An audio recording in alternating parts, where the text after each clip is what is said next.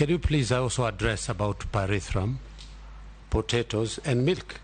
Because these are key things within our region, and particularly the milk has really dropped. And lastly, though I'm not a fan of Wajakoya, but he came up with an idea that this country, about this Bangi issue, I'm not his supporter, but is it something that can be considered for purposes of medicinal value and getting foreign exchange, not for consumption? Thank you.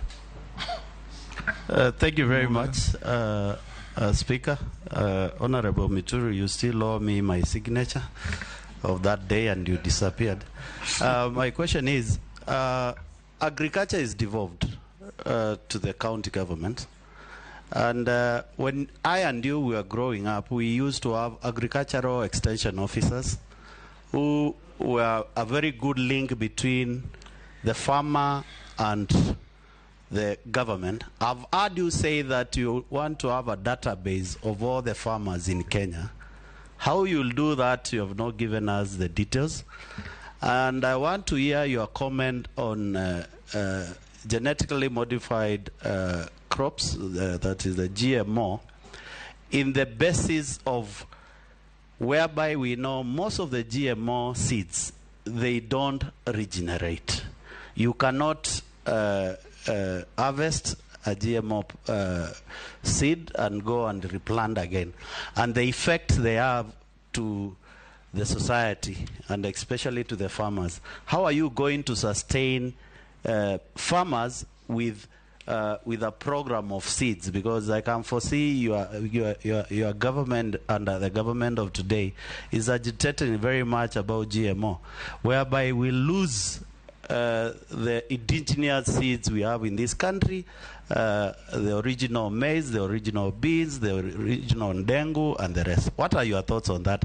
And if you can detail your plan, and especially on the agricultural extension officers vis-a-vis is a devolved government function. Raso. Thank you very much, Speaker. Honorable Linturi, agriculture to GDP contributes 24% and employs 60% of the Kenyan workforce. So when you say that agriculture is devolved, it is devolved, then I see you are likely to run away from the main issues that affect the Kenyan. But that is not a debate. I don't want an answer. But my main question is 90% of meat consumed in Kenya comes from the arid and semi-arid land where the pastoralists live. You have not talked about the livestock. And I foresee if this committee is going to approve your nomination, you are likely to talk about miraa, tea, coffee, pyrethrum, and other crops that is grown in less than 10% of the Kenyan land mass. Tell us, what do you have in mind in terms of bringing livestock to be one of the main GDP contributors for Kenya? Thank you, Chair. Shuria. Thank you, Chair. And I echo my colleague here. I hope you'll come up with a good plan for the livestock marketing and livestock production. And my question is, what is your take about the Galana Kulalu project? Thank you. Chair, with your permission, I have 3 concerns and I'll be very brief. The first one is a question that I've been requested to ask. The warehousing receipt system.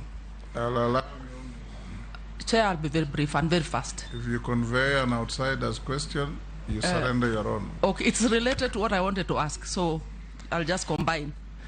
The warehousing receipt system has been put in the Ministry of Trade under Executive Order number 1 of 2022 by the President.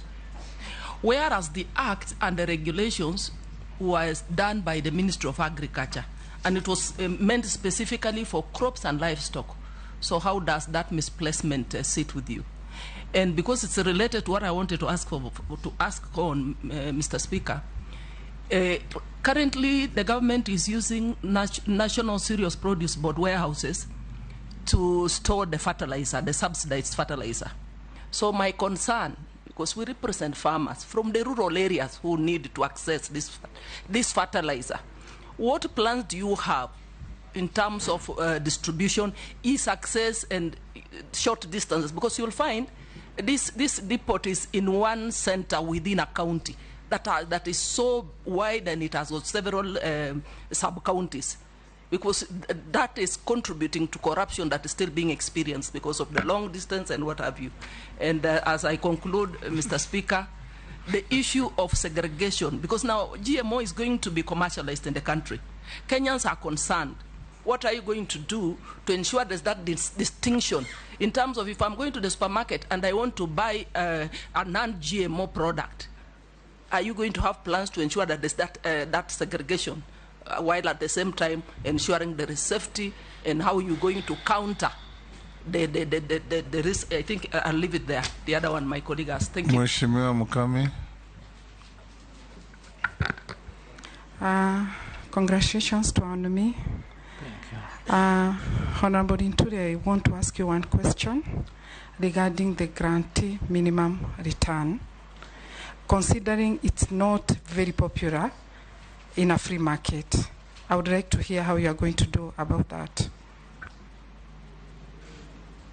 You can quickly answer those questions, starting with what was left of Mishi Mbogo, and then Naisula down to Mukami. Mr. Speaker, if it may have escaped Nishi, when I was discussing about the livestock, on how we will be able to bring them together to earn the value, I also mentioned that I will be working very closely in consultation with the governors, because every area has its own unique crops which they would want to prioritize, and we will not achieve adding value to them without us working together. So if it's for coconut and other nuts that can produce edible oils, because there are many that are there. So I'll be open so that we understand how it can be done. What costing? In any case, I think there is commitment from government to earn the value, so that we can, within the value agricultural value chain, we can be able to get more. So because there is that goodwill, it's not something that we'll be starting. It's something that I will be following up with all the stakeholders so that we work together.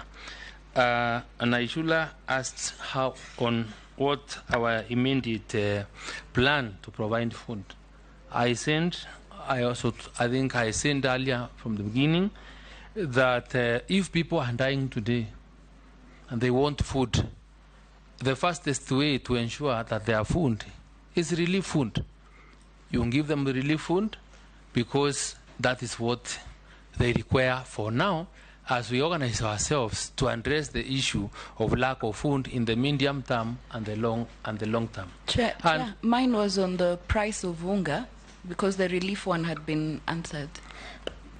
The price of unga, Mr. Speaker, I don't think will also come down immediately, because unless government is willing and ready to continue with the subsidy to bring down the cost of unga. This is a matter that will be discussed, and once discussions on, we'll be alive to the fact that we really have to do something so that our people can be able to eat.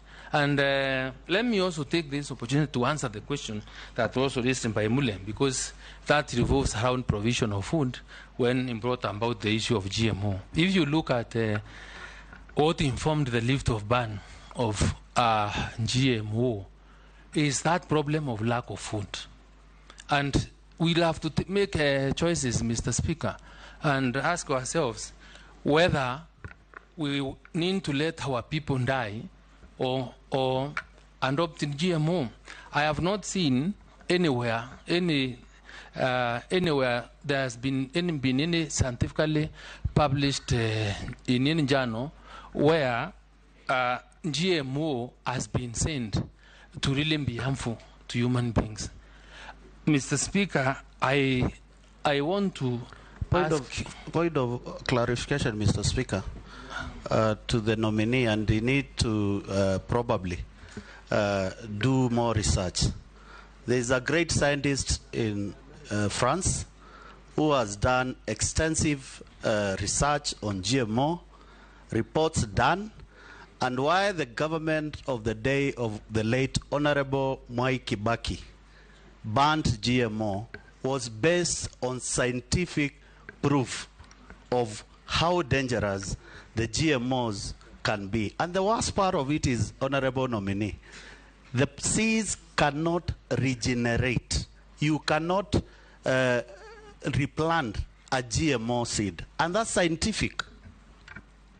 I wish you gave me time to continue answering this question, because the research on document that's popularly referred to was later pulled down, or was the scientists sent, and this is the information that I have, because even in this country, our biosafety and the biotechnology experts that we have, and people must really be able to understand exactly what GMO is all about. GMO, from my layman's understanding, is the transfer of genetic material, and the truth being that, and if our main problem is food, and I'm sure our government cannot be that careless to allow food that is harmful to our people. I would be asking, Mr. Speaker, the experts, those that support, those that do not support the use of this GMO food, to really to have a discussion on us to agree on how we move forward. But as far as I am concerned, we must choose between what is a lesser evil. We travel quite often. You don't go to America. You can go to wherever. What we eat is GMO. Yeah? So we wait for our people to die, or we give them GMO food? And for your information, Mr. Mule, you are a product of GMO. Yeah? When you look at the history of evolution of man, from Homo erectus, Homo sapiens, and now where we are today, it's genetic transfer that has taken place between human beings to where we are today. So when you graft trees, or mango, or lime and the orange, you fuse them together, produce something else different. That is genetic transfer. So let us not... Point of order, Chair. I doubt whether I'm a product of GMO. I'm a product of my parents. Sorry. Chair, I think, Chair, the direction we are taking is not being beneficial to the country, because the issues the Honorable Mule is raising on GMO are really not factual. And it is indeed true that the scientist is referring to the French scientist, because I was in the Agriculture Committee in the 11th Parliament, Honorable Speaker. And that scientific information has since been repudiated by other scientists. And therefore, when we are on national TV and we want to make the country believe that GMO is harmful, that there is this science, that the Honorable Mule is not availing to this committee and the country, I think we are not being beneficial. True, Honorable Speaker, if I can finish. Point of order, Mr. Speaker. If I can finish, Honorable Speaker. Honorable Speaker, it is also... Mr. Speaker. He is not finished. Okay. Mule, hold your horses. Thank you, Honorable Speaker, for that protection, because I was saying we should not use this process, Honorable Speaker, of vetting to try and play to the gallery in terms of demonizing what is otherwise government policy. The Honorable Inturi is not yet Minister for Agriculture, and as members of Parliament, we will have the opportunity to interrogate through the relevant committees the issue of GMO. And there is no government policy today that is saying there is no Kenyan farmer or any Kenyan who will be forced by government to either consume or plant GMO food. It is a choice you make. And it is indeed true in America. When you travel to America, you walk into a shop, you have the choice of either buying what is organic or GMO. And I want to believe that will be the policy of government. Point of order, Chair. Yes, Jeanette. Chairman, I wanted also to bring to your attention that first I want to tell my leader, the majority leader, that he is the majority leader. He is not going to become the Minister for Agriculture for the next 5 years. The man who has a chance of becoming is the nominee ahead of us, if he is approved. I think he's competent enough to answer those questions. Secondly, Chair, the issue of GMO is a government policy. It was approved at the last cabinet meeting of the government. So it is important to interrogate the nominee very well on a government policy that he's going to implement, because he's the implementing authority as the Minister of Agriculture. So, Chair, it's in our place as a committee to know from him, as the man who's going to sell the seeds of the GMO to Kenyans, whether those seeds are safe, what scientists are saying, and what is his thought to make sure that the people who want to eat organic food, and the people who want to eat the GMO, eat GMO food. Mine was just a point of information, Madam Chair, that the theory of evolution of man, as propagated by Charles Darwin, had nothing to do with the genetic engineering. We don't even need to go there. He had no scientific basis for saying that, so we don't need to go into that. Yes. But Chair, continue responding to the questions as raised. You had reached Russell. Mr. Speaker, let me also hand up that... And avoid Honorable Induri making unsubstantiated scientific statements. Yeah, let me also hand because for sure Mule is not a product of GMO. I don't want to take that trajectory, Mr. Speaker, but let me end and say that the Ministry of Agriculture and Government, you know, there are certain institutions that have different mandates.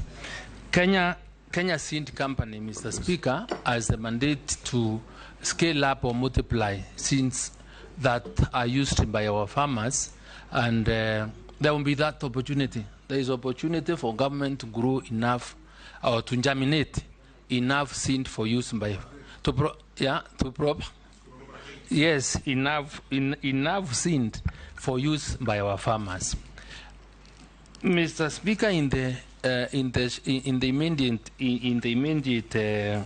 if our immediate problem is really food, and of course government will be guided by best practices from other jurisdictions that manage or that consume or use GMO, won't be guided by one of the organization guidelines.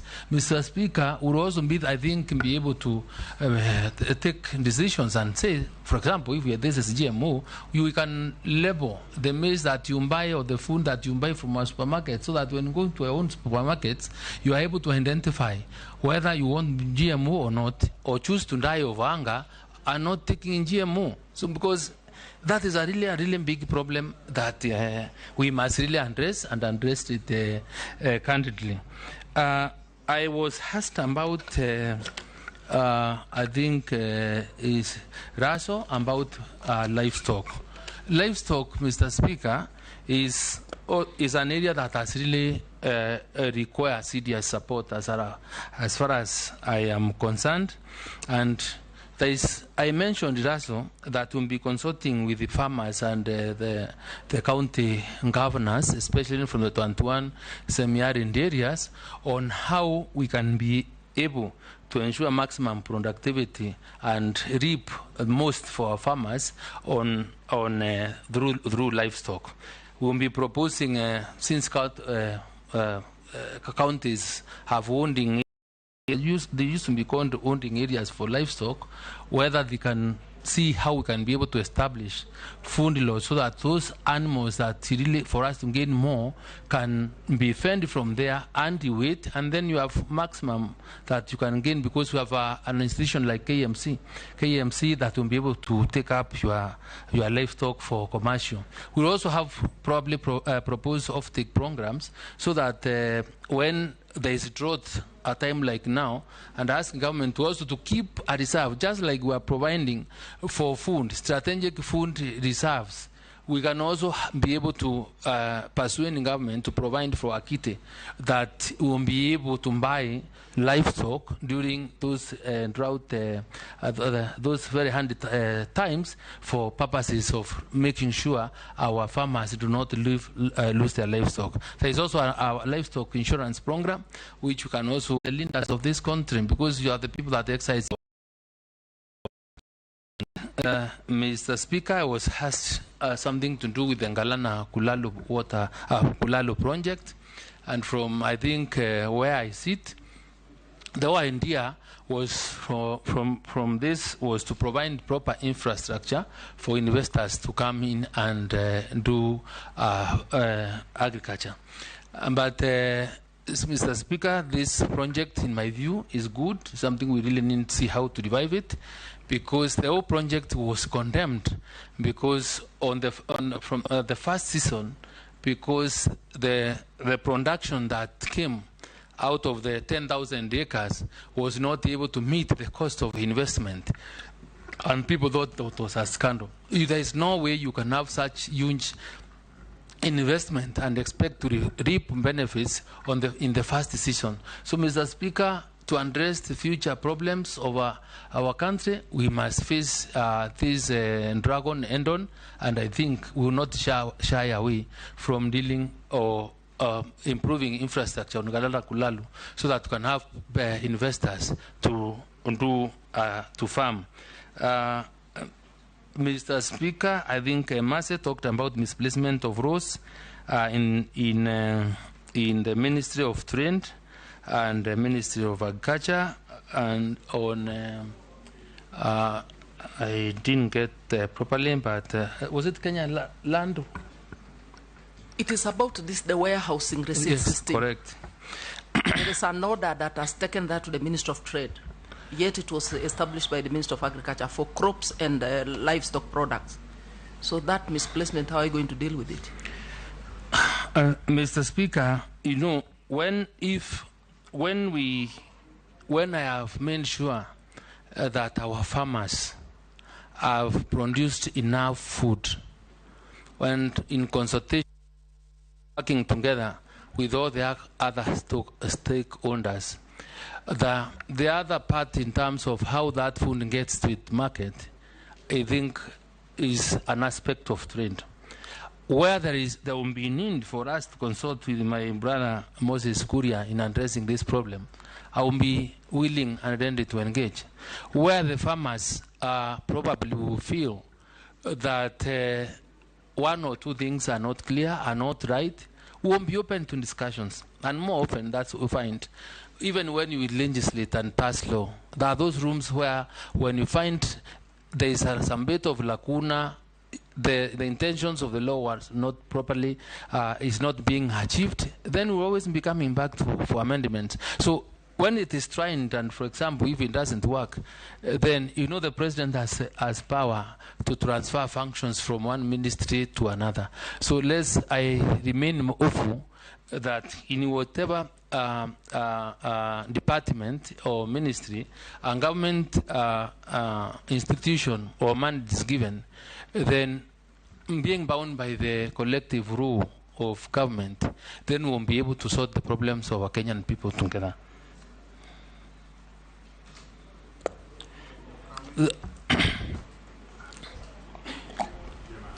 Okami saying the GMR is not popular. Mr. Speaker, you know, we can also, when things are done differently and the forces of demand and supply are left to fix prices in a normal market, then that would be the most ideal situation. Mukami, I think we can still achieve this if, for example, we were to ensure as government we are able to bring down the cost of inputs to a great level. If we can be able to maximize productivity on our small pieces of land, we can be able still to have the forces of demand and supply fix the prices of our produce. And I also want to tell the Kenyan people that are listening, the supply of fertilizer is not a quick fix problem of what we're having. We are trying to support farmers to apply that fertilizer to the soils that need fertilizer.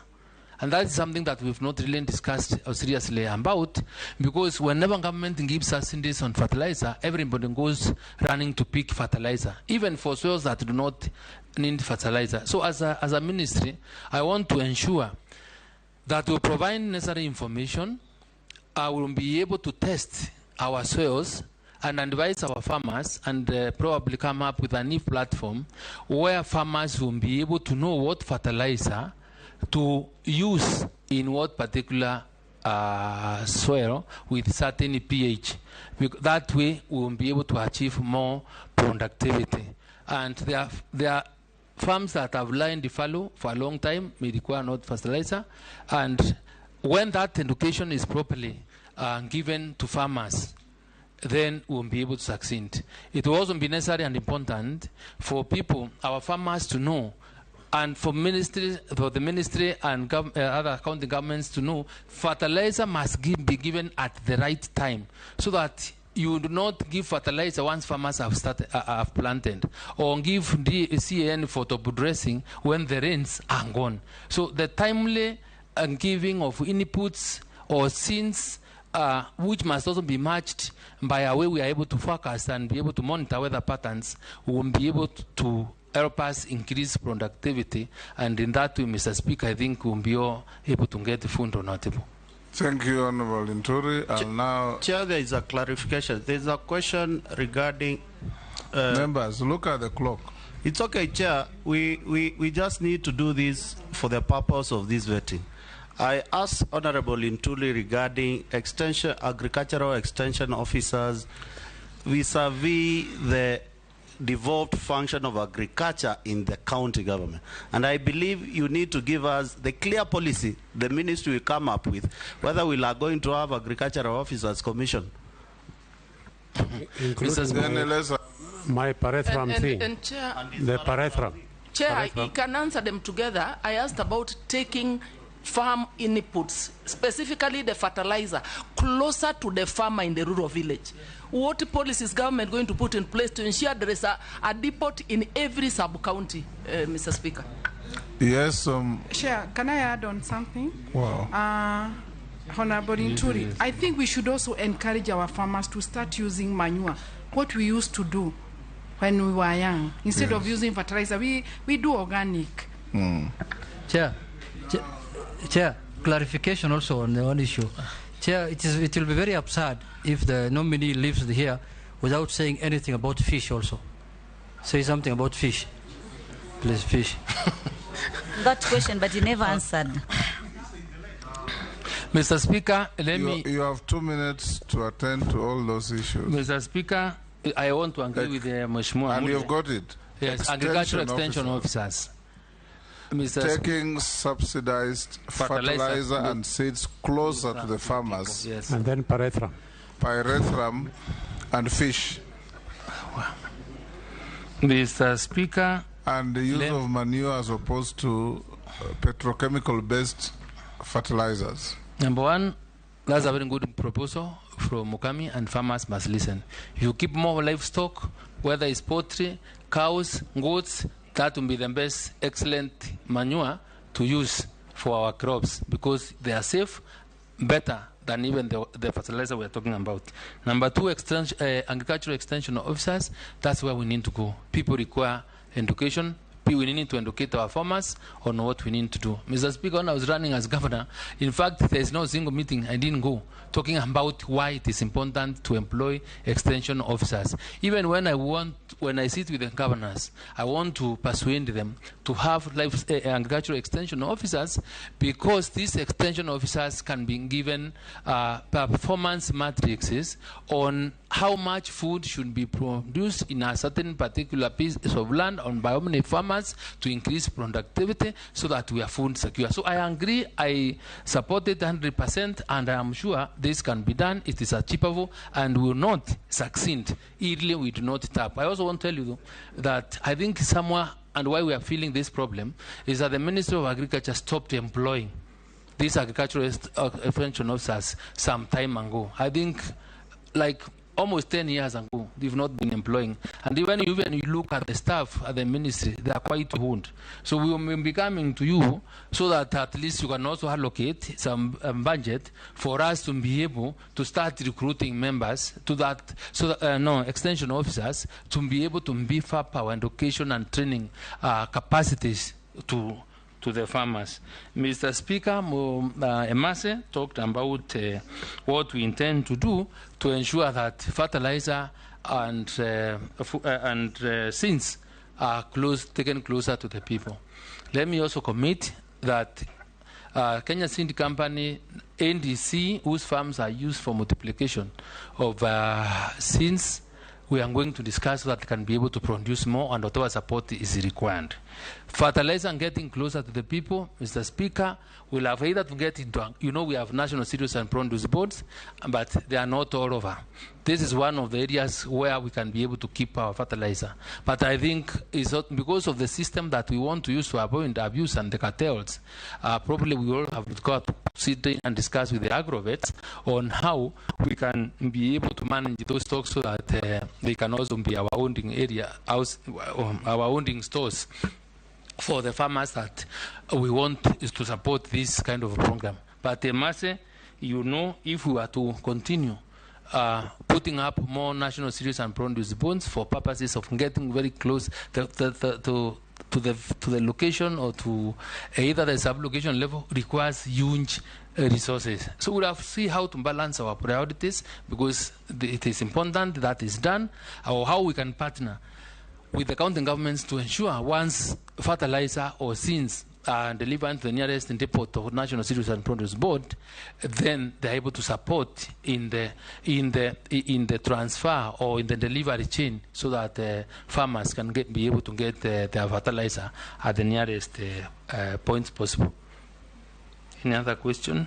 Pyrethrum and fish. Mr. Speaker, I think fish is another serious economic activity in this country. And Juliet, I won't tell you, Mary is producing more fish than Kisumu or your area now. We are in it.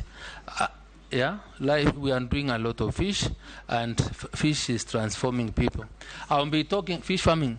I will be talking to my counterpart, Muvuria, who is now in charge of the blue economy docket, where that one is, and see how to support farmers. One is the production of fingerlings, so that as we encourage our farmers to keep fish funds, then we also have the right species that can be able to do best in trying to support our food chain, because fish is food just like any other.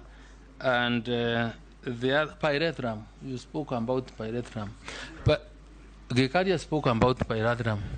I think there are areas in this country where pyrethrum grows, and pyrethrum, I think, is raw material of pesticides that we require for, we buy a lot of pesticide to preserve our seeds and our food.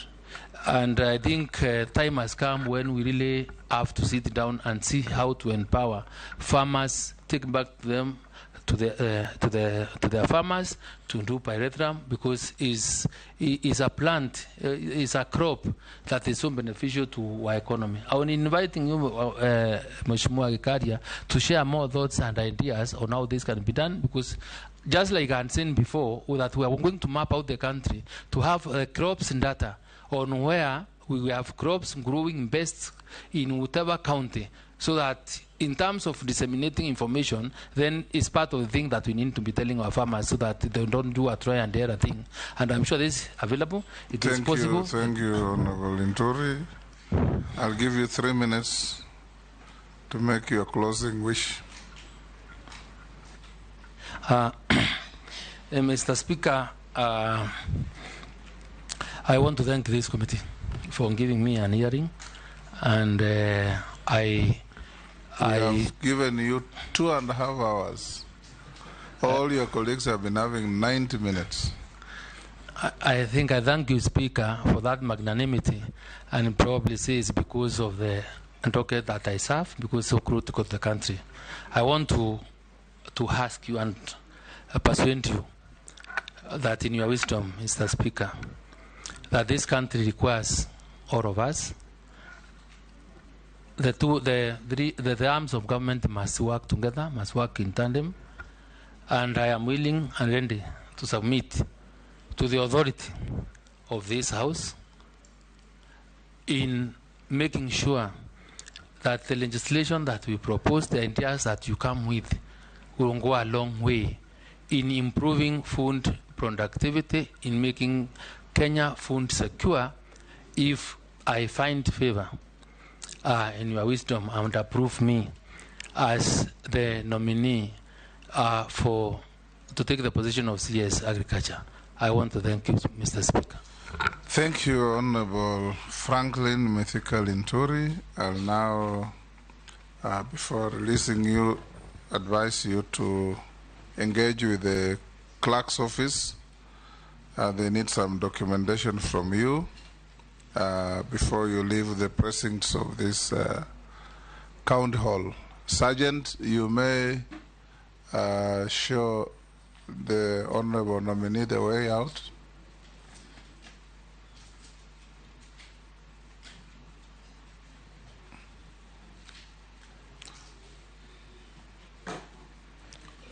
Do you members want 3-minute stretch? A 5-minute stretch will resume at 11:38. 2.5 hours.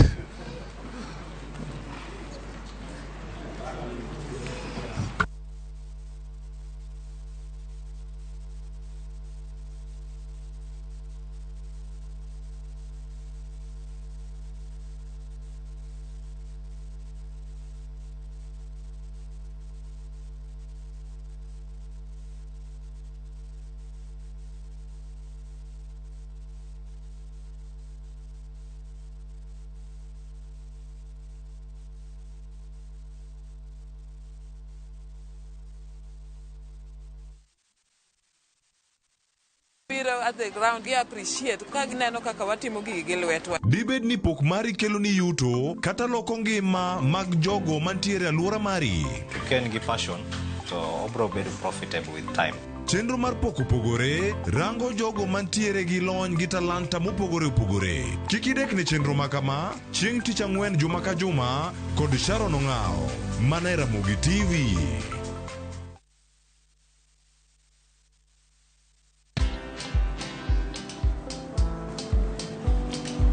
Chal nade? Chal ka gimi kaka ng'iyo sim gi pacha te? Kiki ahinya. En mana ni asebedo e story ahinya. Mana kaka rally manyochacha ne chal ka gima ne an kanyo kane otimo. Kendo kane iyawo chiro manyien ne chal ka gima ne an kanyo. Sama ne imiyo welo mapacho ka nengo mogonyore nam chumbi ne antie. In bende inyalo bedo e story kamora mora. Download mana Citizen Digital. Bed iyo ng'ala manyime gi weche manyien ka gi tuch kod gik mamoko ka gi timore kuno pugre pachoka kod pinje ma oko. Download Citizen Digital. Citizen Digital.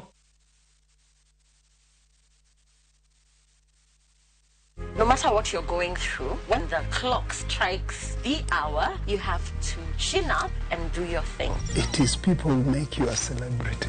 You see them on TV, online, and listen to them on radio. But do you really know them? I still can't help but wonder what type of lawyer I'd have made. From humble beginnings. We had fun in Dandora. Those estates, A1. To their success stories. I've become this highly sought, people calling, my good friend, come, how do you feel? And their struggle. Pain of sitting there with your child, asking questions, that pain is just on another level. Catch this riveting stories of your favorite media personalities on Behind the Mic with me, Cynthia Mwangi, every Friday on Citizen Digital app.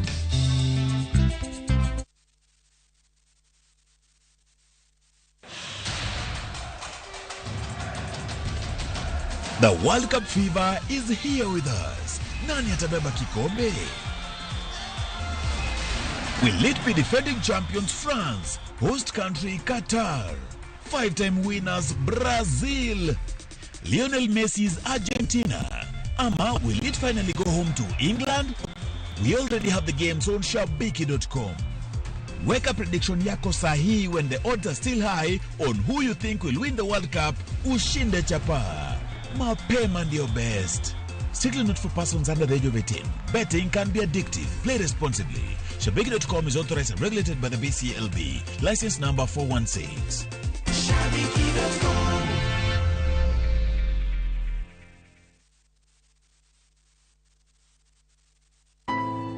Wund kodandhoga timore pile kapile. To joma onge ketho ema hinyore ahinya. Apo mi yuag maliti. Kata kamano, hera pod riore kendo medo lo. Ka joma moko geng'o joma gihero kuom yudo rem. Hera mar anyuola medo mana loyo. Tapki, wuok tich nyaka ngeso, saa 2:15 mar otieno, mana Ramogi TV. Wakenya wengi wanaendelea kushiriki na kushinda $300,000 kwenye Shabiki Major Leagues Jackpot.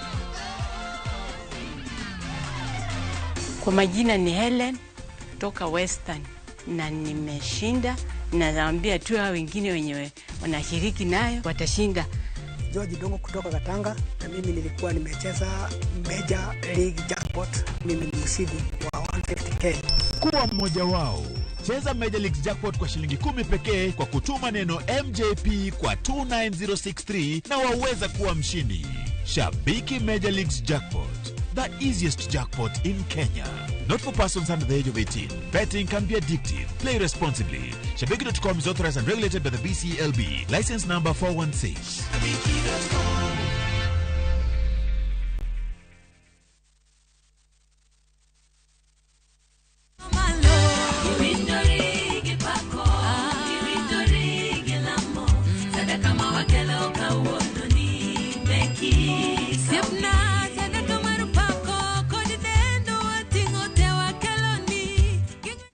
Overcross. Anilongane Sarah Brenda. Monomi uduenda ni kaka sikiza Sirmari.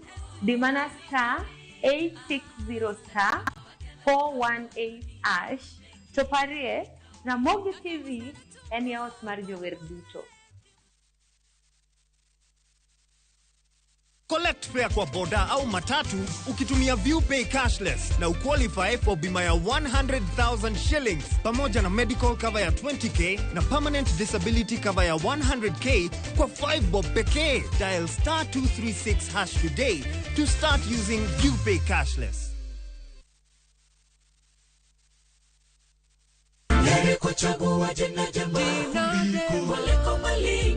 Ging'wono mar Nyasaye manyisore ngimawa kinde ka kinde. Ber ka waduoko na erokamano kod pak.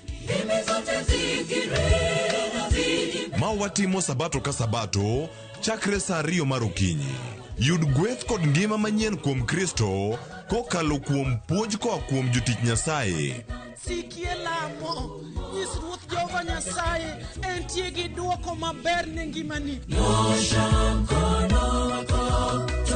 E chenro mar Injili ngima e Ramogi TV.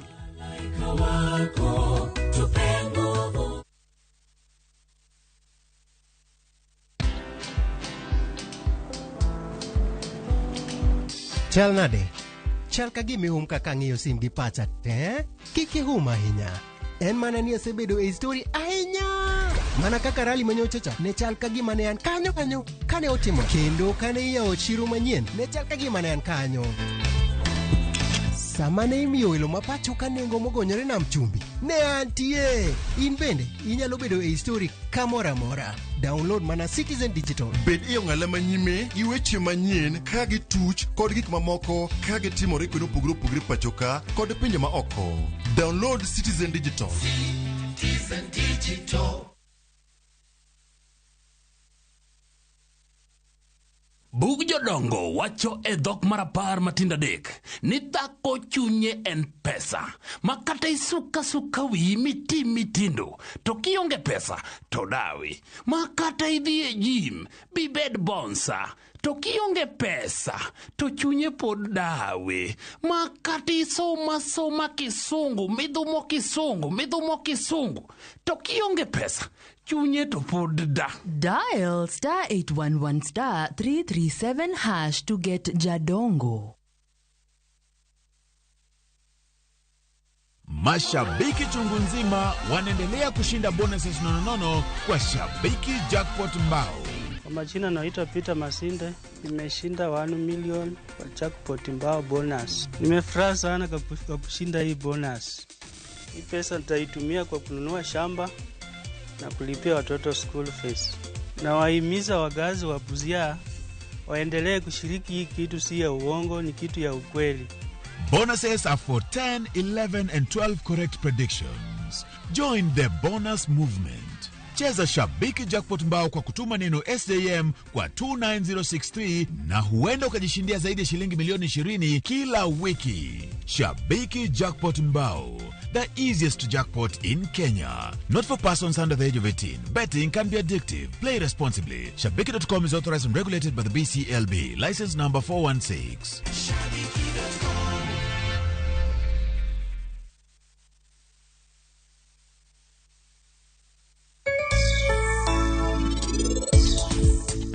Ma erure o se lokoro bel sibute jela kagitemu kwalo chuodhi laro lum mayom ka chuodho chamo lum yako koro kibanda gik mayamo nyalo fualo madhi godo magi be gik minyiso ng'ato kik yude apenji ang'o midwaro e otenda Filomena iwalo koda nade ang'o ma mi iwalo koda Silvi donga sekweri kuom nyathi manjoro miluongo na this donga sekweri Silvi koro tabi approach nano yao bibro mwana na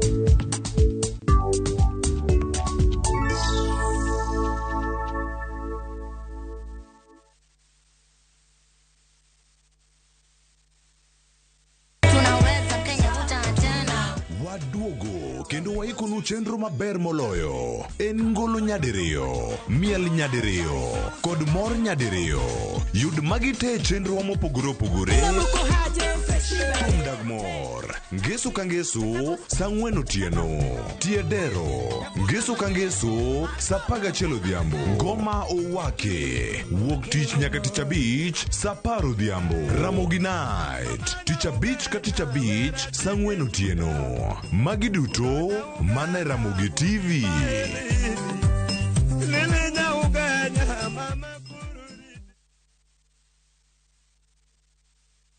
No matter what you're going through, when the clock strikes the hour, you have to chin up and do your thing. It is people who make you a celebrity.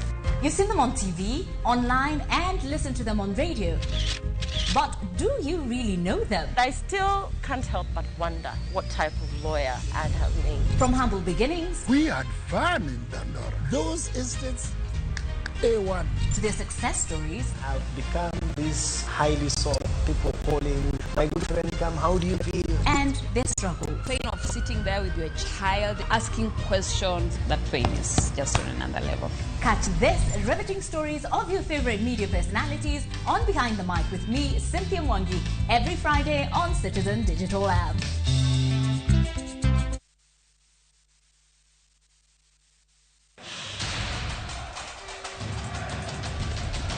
The World Cup fever is here with us. Nani atabeba kikombe?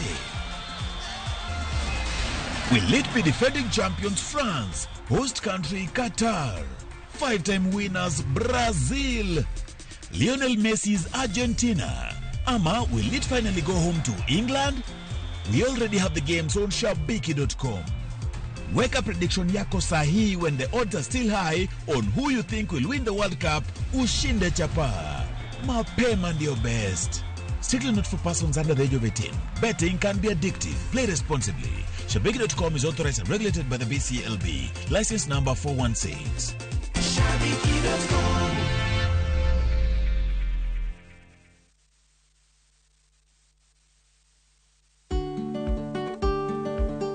be ing'eyo Ung'eyo ni mabalang' makare mag riwruoge mag saga ni piny moloyo mag riwruoge mamoko machiwo omenda manyalo medo holani nyadiriyo.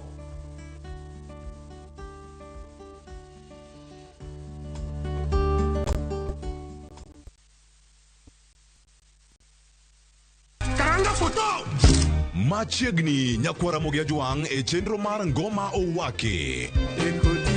Wuok tich wakelo ni ngolo manyien.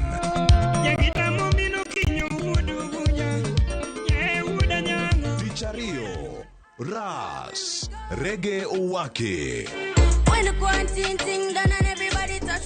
Tich adek en odiochieng' mar twak gi jothumbe. Tich ang'wen kama nene waterie golo machon. Tich abich sukus owake. Kete manaka kod Papa Vic ngoma owake wuok tich nyaka tich abich saa 10:15 odhiambo nyaka saa 12. Collect fare kwa boda au matatu ukitumia ViewPay cashless na uqualify for bima ya 100,000 shillings pamoja na medical cover ya 20k na permanent disability cover ya 100k kwa 5 bob pekee. Dial *236# today to start using ViewPay cashless. Wakenya wengi wanaendelea kushiriki na kushinda $300,000 kwenye Shabiki Major Leagues Jackpot. Kwa majina ni Helen kutoka Western na nimeshinda, na naambia tu hao wengine wenye wanashiriki nayo watashinda. George Dongo kutoka Katanga, na mimi nilikuwa nimecheza Major League Jackpot. Mimi ni mshindi wa 150k. Kuwa mmoja wao. Cheza Major League Jackpot kwa shilingi 10 pekee kwa kutuma neno MJP kwa 29063 na waweza kuwa mshindi. Shabiki Major Leagues Jackpot, the easiest jackpot in Kenya. Not for persons under the age of 18. Betting can be addictive. Play responsibly. Shabiki.com is authorized and regulated by the BCLB. License number 416.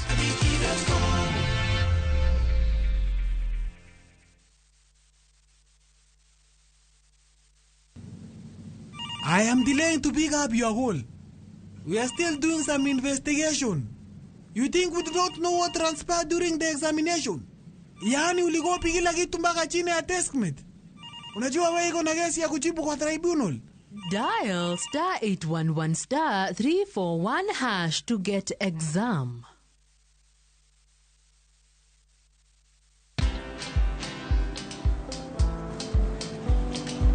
Chal nade? Chal ka gimi kaka ng'iyo sim gi pacha te? Kiki hum ahinya. En mana ni asebedo e story ahinya. Mana kaka rali manyochacha ne chal ka gima ne an kanyo kane otimo. Kendo kane iyawo chiro manyien ne chal ka gima ne an kanyo. Sama ne imiyo welo mapacho ka nengo mogonyore nam chumbi ne antie. In bende inyalo bedo e story kamora mora. Download mana Citizen Digital. Bed iyo ng'ala manyime gi weche manyien ka gi tuch kod gik mamoko ka gi timore kweno pugre pachoka kod pinje ma oko. Download Citizen Digital. Citizen Digital.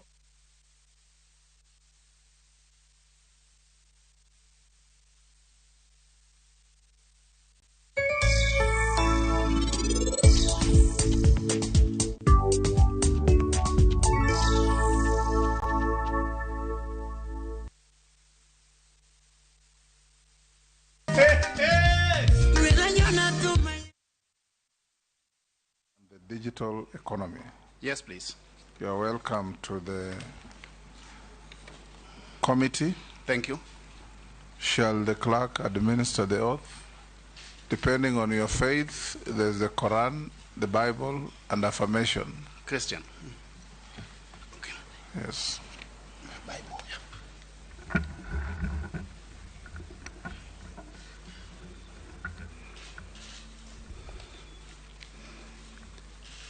I, Eliud Okech Owalo, do hereby swear to testify on all matters in question and tell this committee the truth, the whole truth and nothing but the truth.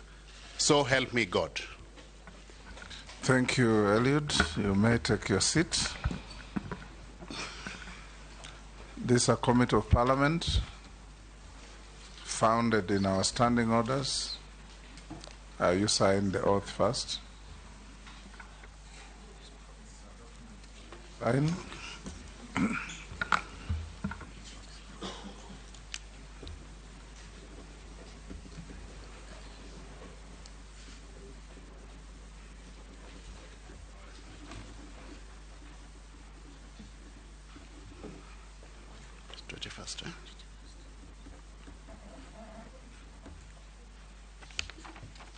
Thank you, Mr. Wallo. This is a committee of parliament, National Assembly, so to speak, chaired by the Speaker, yours truly, and members who will introduce themselves. It's a committee whose responsibility under the Constitution, the law, and standing orders is to interrogate you, to engage you, have a conversation with you, to establish your suitability to occupy the office for which His Excellency the President has nominated you. In so doing, we're going to have an engagement, and I'll tell you how we'll engage after these introductions so that we can move a little faster in the interest of time, because all these processes are time-bound. I'll ask the Deputy Speaker to introduce herself.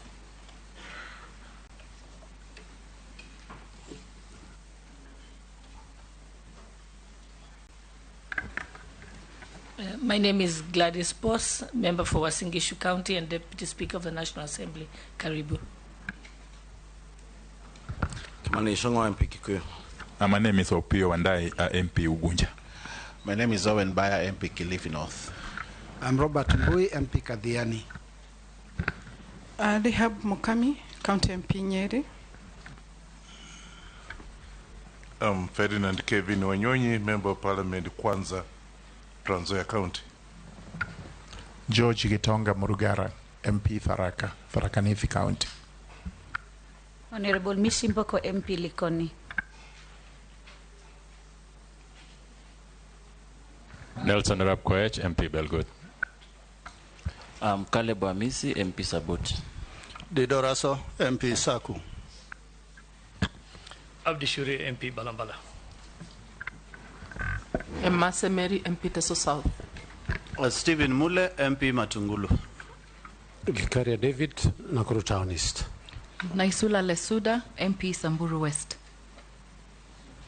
We also have the Secretariat led by the Clerk of the House. Thank you, Honorable Speaker. Sitting in for the Acting Clerk of the National Assembly, I'm Florence Atenya Bonyo, Director, Audit, Appropriations and Other Select Committees. Accompanying me is Mr. Michael Karuru to the left, who is the Deputy Director, Legal Services, and behind him is a team of officers in the Committee Secretariat. Good. Mr. Wallo, once again, welcome. We'll have an engagement here right after. We will have 90 minutes within which to engage you. Within that period, members will ask you questions through the chair. You will avail answers through the chair. Clear, precise, concise answers on the questions asked. Avoid any altercations with any member. Avoid raising your temper if even if you are stressed to do so. We want to have a civil engagement. Thank you, Chair.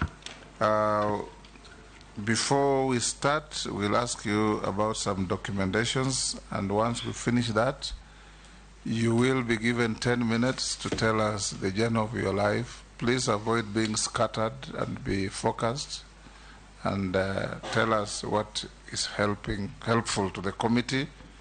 We're inquiring in your suitability to hold the office as a Cabinet Secretary for Information, Communication, and the Digital Economy.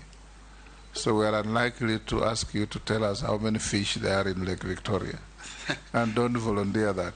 I stand guided, Chair. Yes. Once we give you time to tell us your journey through life for 10 minutes, then we'll open the floor. So once we go through the documentation, I'll give you just 10 minutes. If you take less, the better, to tell us who is Eliud Owalo. Where were you born? Where do you come from? How have you walked through your life? And how did you end up where you are sitting? Simple things, but important things that will determine what your future holds. I'll ask you for some documentation. Number one, do you have the tax compliance certificate? Yes, Chair, I do. You've forwarded most of them already? Yes, I did, but I've come with copies of the same. The Office of the Clerk will want to compare the originals that you have with what you send to them so that they can be satisfied with the authenticity. You have your clearance with the Higher Education Loans Board? Yes, Chair. Do you have your clearance with Ethics and Anti-Corruption Commission? Yes, please. Do you have clearance from DCI, yes, commonly please. called the Certificate of Good Conduct? Yes, please. Have you ever been charged and convicted of an offense in a court of law? No. Have you ever been adversely mentioned in any investigatory report of a parliamentary committee or commission? Not at all. Are you a dual citizen of Kenya and any other sovereign? Just Kenyan. Yes, Kenyan. You have your identity card? Yes, please. You will present the original to the clerk. At a personal level, what is your financial net worth? 645 million, Chairman. 645 million. How is it made up? Well, my Nairobi house has got a value of 120 million shillings. Upcountry, my residential house upcountry, Mr. Chairman, is worth 70 million. I own land upcountry worth 200 million.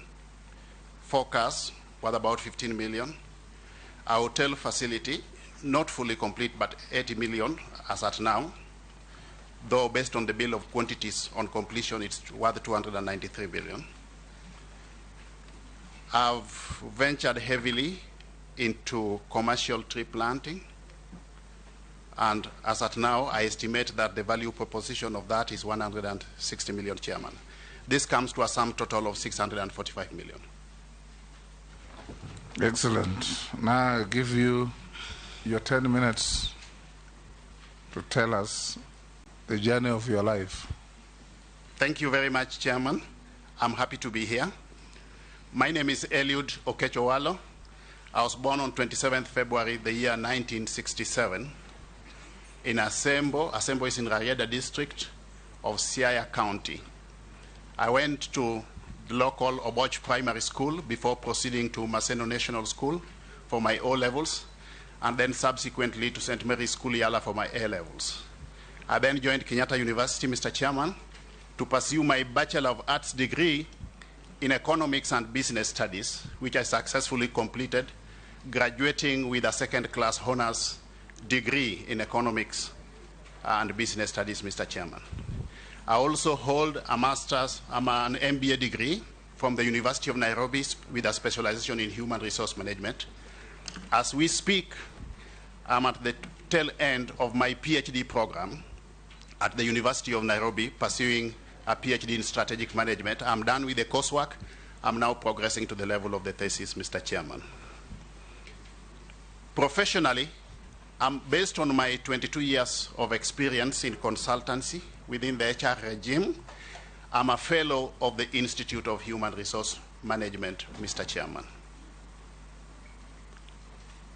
My professional background is, I'm an economist by profession, a human resource management expert, and I'm also a strategy expert. So I've been practicing since the year 2001 as an economist, management consultant, and strategy expert, Mr. Chairman.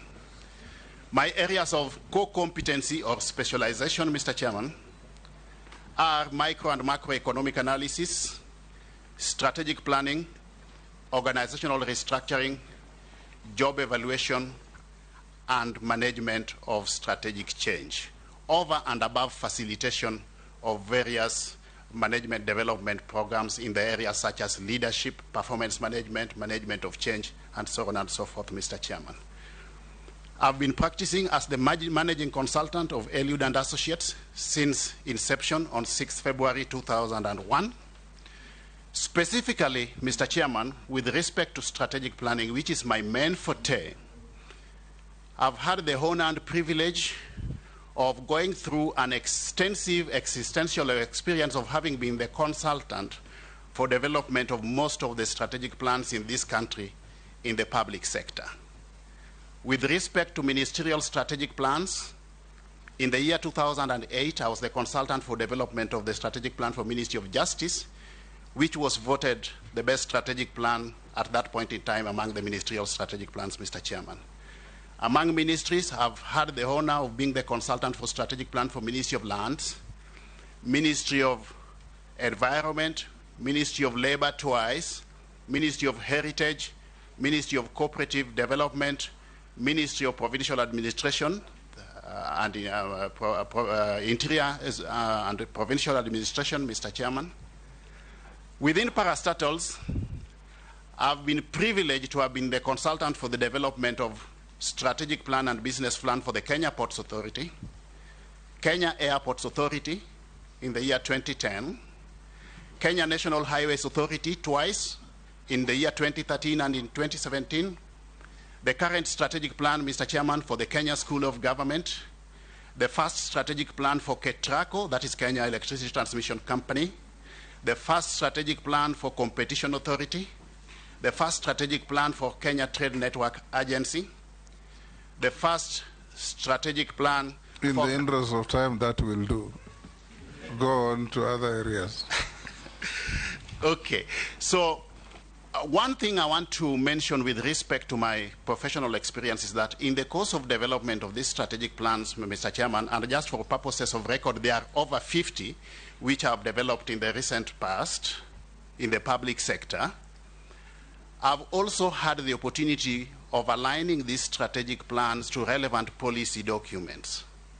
Because organizations don't operate in a vacuum, Mr. Chairman, but do so within a framework of macro level and even regional and international level policy framework, I've had the existential experience of developing and aligning these strategic plans, not just locally to the Kenya Vision 2030 and its successive medium-term plans, but also regionally to the East Africa Community Vision 2050, the Africa Union's Agenda 2063, and globally to the United Nations Sustainable Development Goals. So from a policy perspective, Mr. Chairman, based on the mandate that I'm expected to execute if this committee certifies my nomination, and of course by extension the full House of Parliament, I stand in good stead from a policy perspective to execute that mandate, Mr. Chairman. I also want to mention that specifically with respect to strategic planning, I've had the honor and privilege of having been the consultant for development of the strategic plan for Competition Authority of Kenya, Mr. Chairman. Why am I mentioning this? I'm mentioning this because I'm expected to execute a CS mandate in an industry which has got few players. This industry, Mr. Chairman, needs to be guided by prudent competition laws, and in this respect, the wealth of experience I gained while developing the strategic plan for the Competition Authority will stand me in good stead as I provide leadership in an industry which is largely characterized by monopolistic, duopolistic, oligopolistic, and perhaps monopolistic tendencies, Mr. Chairman. I'm talking about an industry, Mr. Chairman, with few players, either 1, 2, 3, or with few players but differentiated products. That's what I've said in short. Also, Mr. Chairman, I've been the consultant for development of strategic plan for Kentrade, and this prepares me adequately to discern how to use e-commerce in the conduct of business, which is also integral in the ICT sector. That has prepared me adequately. Also, have been the consultant about 10 years ago for development of strategic plan for the Africa Telecommunications Research Institute, that is AFRALTI. This is a training institution for that industry, and I've gotten a wealth of experience in discerning the operational environment within which telecommunications sector operates, Mr. Chairman.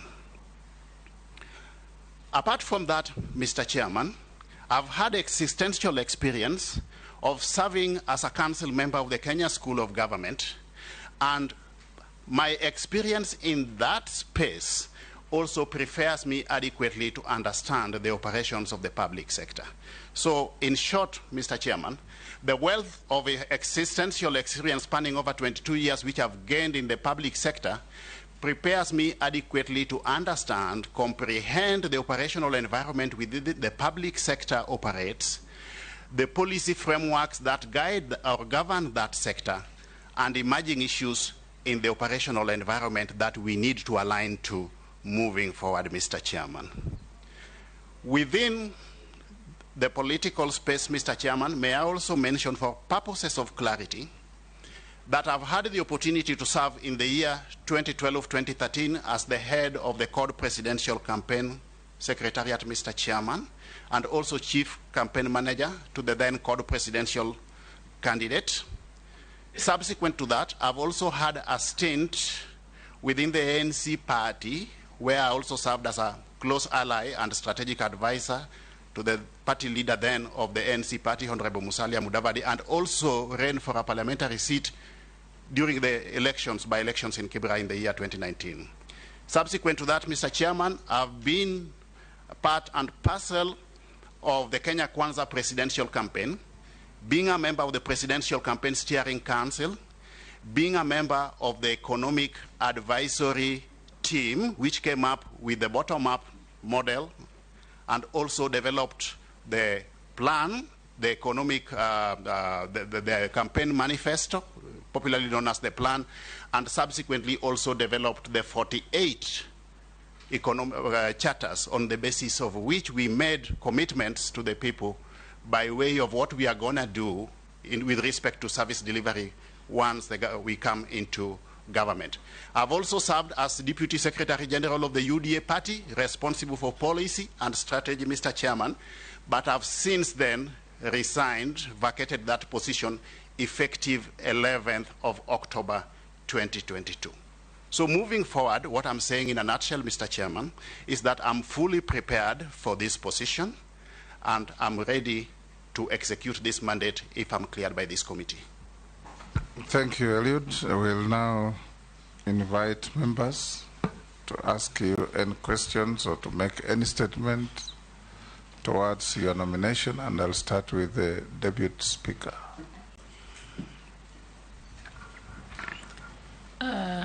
Mr. Owalo, good morning and congratulations on your nomination as for Cabinet Secretary for Information, Communication and Digital Economy. Thank you. I think this is something Kenyans want to know. Yes. I know you know it, but I want you to state it to Kenyans so they can be able to judge your suitability for the position. Yes. As you know, the Kenya Kwanza Manifesto has prioritized the creation of employment for more than 5 million unemployed Kenyan youth. It's also hoped that the business process outsourcing industry would create jobs in places like the Konza Technopolis, yes, which is almost at a standstill at the moment as we speak. Yes. So Kenyans want to know what plans do you have for revamping and accelerating the completion and uptake of the Technopolis and contributing towards the commitment for creating jobs in that industry. Thank you. Thank you for that question. We'll take four. We'll take four questions. Then okay. you can answer them in the order they came or in whichever order you like. Okay. Kimani Chungwa. Thank you, Honorable Speaker. Speaker, let me declare interest that I worked closely with the nominee, Eliud Owalo, as he said, in UDA and in the Kenya Kwanza economic team. and I indeed appreciate his varied skills, even in microeconomic analysis. But Rabowalo, maybe I'll begin with a microeconomic analysis of your net worth. Yes. You indicate that you have land up country within Siaya County, valued at about 200 million shillings. Yes. I would want to know the acreage, whether it's one parcel and the acreage. 2, you indicate that you have about 200,000 Europhila eucalyptus trees sitting on 20 acres, valued at about 160 million. From basic arithmetics, it means you have 10,000 trees per acre. I don't know how practical that would be to have 10,000 eucalyptus trees on per acre. That's on your net worth, and is a quick microeconomic analysis now that you have very good expertise in that area. On what you're being nominated for, Eliud, the Postal Corporation of Kenya has leased numerous of its assets across the country. Buildings, land to individuals. I would want to hear whether you may want to review some of these leases and their benefit to the corporation, because this is a corporation that's now on its deathbed. Employees at the Postal Corporation of Kenya are going for months without pay, while numerous of its assets are not deriving value for it. I'd also want to hear your thoughts on the sale of telecom spectrum, especially in the last 1 year, telecom spectrum that have been sold, and to the benefit of 2 prominent families in this country, and not to the benefit of the country or the sector that you're going to work in. I think I'll take that for now, Mr. Yes, Honorable Chair. Let me also declare that Mr. Wallo and I both hail from Siaya County. And besides, we have worked previously very closely with Mr. Wallo in ODM. I remember during those days, Eliud, I, and a few others were what I would call ideological soulmates. And so on that basis that I want to proceed with my question. One, Mr. Wallo, you will recall during those heady days, some 2 incidents. One is on the 14th of January, 2015. You led a team to Langata Primary School at the height of the controversy surrounding the alleged grabbing of its land by certain private developers or investors. You later addressed the media at the school compound, castigating these private developers, okay? And in fact, you are quoted to have said that these developers had hatched the plot to grab the land towards Christmas Day of the previous year and completed the fraudulent transaction within a matter of days through the connivance of the relevant state organs. What I want to know is if you still hold the view, very strong view that you held then, that primitive accumulation of wealth and grabbing of public property is something to be eschewed, something to be frowned upon. 2 is on the 16th of July 2013. Remember, you were summoned by the DCI over allegations of a plot to destabilize the then Jubilee government. Okay? And you went on record again to clarify that the summon had been made by a Mr. Cheriot of the DCI, who had wanted you to clarify certain issues. Well, when you came out, of course, you decried this kind of move as an abuse of state power and misuse of government institutions. Do you still hold that view? Thirdly, as I finish, is I have gleaned through your private website. And in that private website, you pride yourself as a market leader in the field of organizational restructuring. I would want to know what kind of restructuring you envisage, particularly with the Media Council of Kenya, which will be under your ambit or purview when you are confirmed. Remember the case of the CEO of this council arbitrarily attempting to throw out a board member, and Parliament had to come in to stop that illegal move. And again, the issue of funding of the council. How is the council accountable for the funds that are appropriated to it? Okay. Finally, is the elephant, the big animal called Government Advertising Agency. This agency has become a tool being used by the state to stifle freedoms, as envisaged under Article 33, that's of expression, 34, media freedom, and 35, the right to information held by the state. It is also being used to punish certain media houses by denying them advertisements. So what are you going to do to reform this area? Thank you. Robert. Yeah, thank you, Chair. I know the nominees are aware that National Assembly had passed the cyber crimes bill, and it was actually assented to by His Excellency the President to become an act of Parliament. Then it found its Waterloo in the court of law.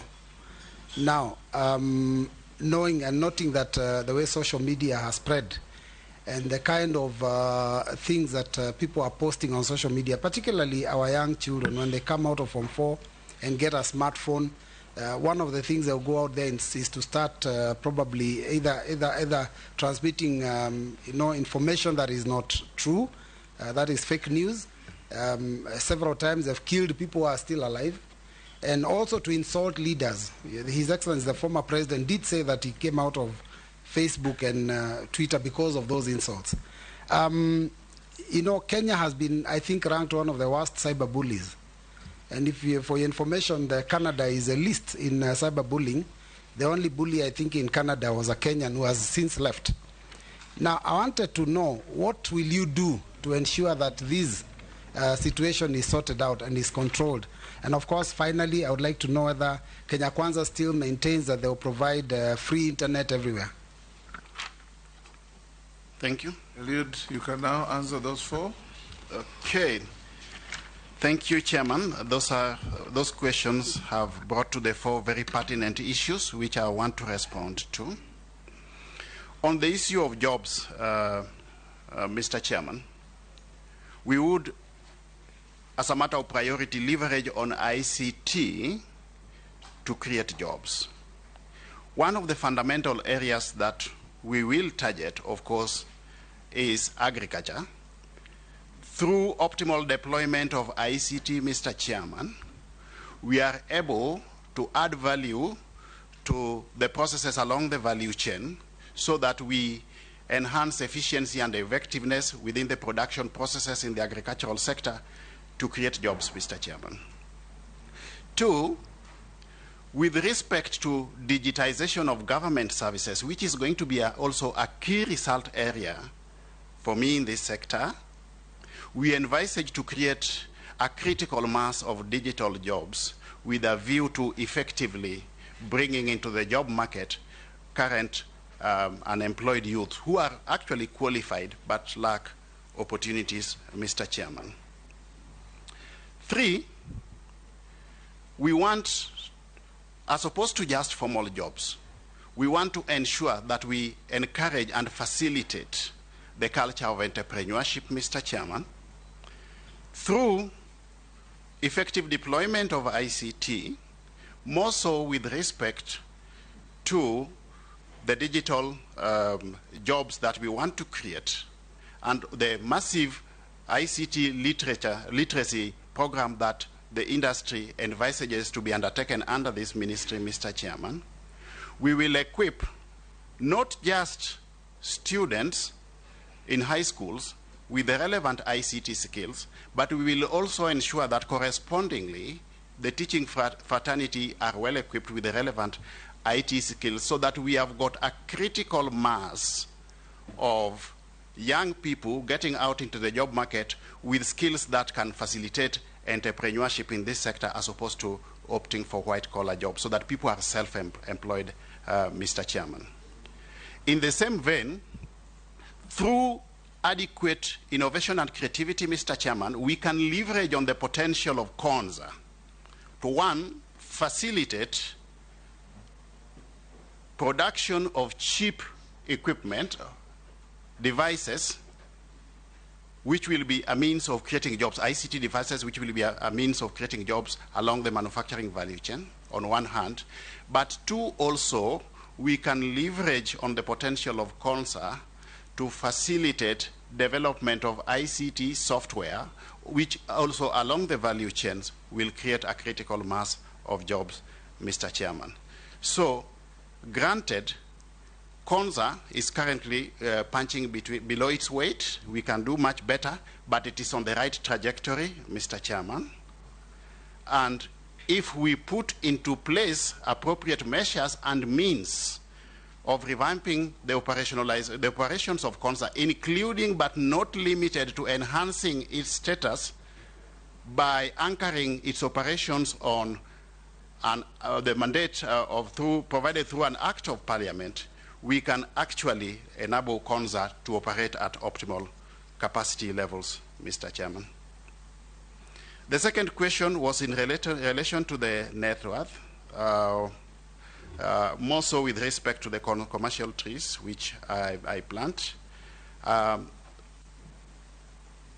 My proposition, Mr. Chairman, was that I am able to attach a value of 160 million shillings to these trees, and the Honorable Member for Kikuyu, Honorable Chungwa, has indicated that this will amount to 10,000 trees per acre, Mr. Chairman.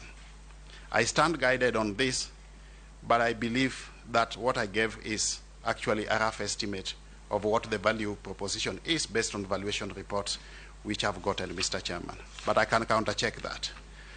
With respect to the Postal Corporation of Kenya, the issue of the properties that the Postal Corporation owns, I do believe, and I'm a strong advocate of organizations. Chairman, the nominee indicated you have a valuation. Come again? You have a valuation, or is that? Not a valuation report, but estimates, which have been given. Yes, yeah. I don't have the valuation report here. Okay. Yeah, but I can get it. But the land is in where, in Sia? It's Sia, yes, Sia County. Acreage? Acreage is over 200 acres. You're out of order, Honorable Kimani. Okay. You have to do it through the chair. You're just engaging the witness. Okay. The acreage is over 200 acres. Sorry, because I had asked the specific questions and it was not answering specifically because I had asked the actual acreage. Yes. And the trees, I had indicated it would average 10,000 trees per acre, which if you try and squeeze 10,000 trees on an acre, they will not fit. Perhaps I need to look at the whole, re-engineer that whole space with respect to the statistics, Mr. Chairman, but the acreage is about 200 acres, out of which, as we speak, about 20 acres is on Europhila trees. But I can actually counter-check this fact and get back to the committee at an appropriate time. On the issue of Postal Corporation owning properties which are underutilized, from a private sector perspective, I'm a strong advocate of organizations concentrating on their core business, Mr. Chairman. And perhaps this could be an avenue of diversifying the revenue stream if we could get certain partners of partners from the private sector partnering with Postal Corporation to develop some of these properties instead of leaving them idle. This could actually be a means of diversifying the revenue streams of Postal Corporation, Mr. Kenya. On the sale of Telecom, one, my understanding is that Telecom holds a critical mass of strategic ICT infrastructure that serves various facets of our Kenyan economy, Mr. Chairman. strategic in the sense that some of these are critical factors or critical services within the government ecosystem.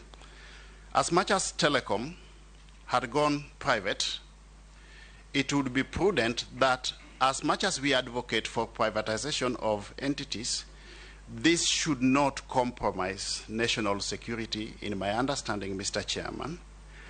This is something that I believe the National Treasury, which holds shares in that entity on behalf of the Kenyan public, took into due consideration.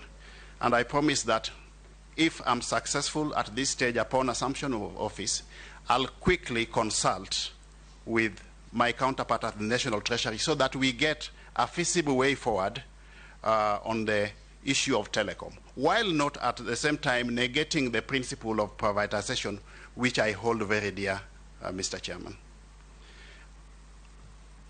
Now, on the issue of my ideological orientation, the honorable member has mentioned that on the 14th of January 2015, I raised issues with the grabbing of Langata Primary School land and whether or not I still hold the same position. Now, I'm a strong believer in good governance, Mr. Chairman, and the issues that I raised at that point in time perhaps brought this issue into the public domain.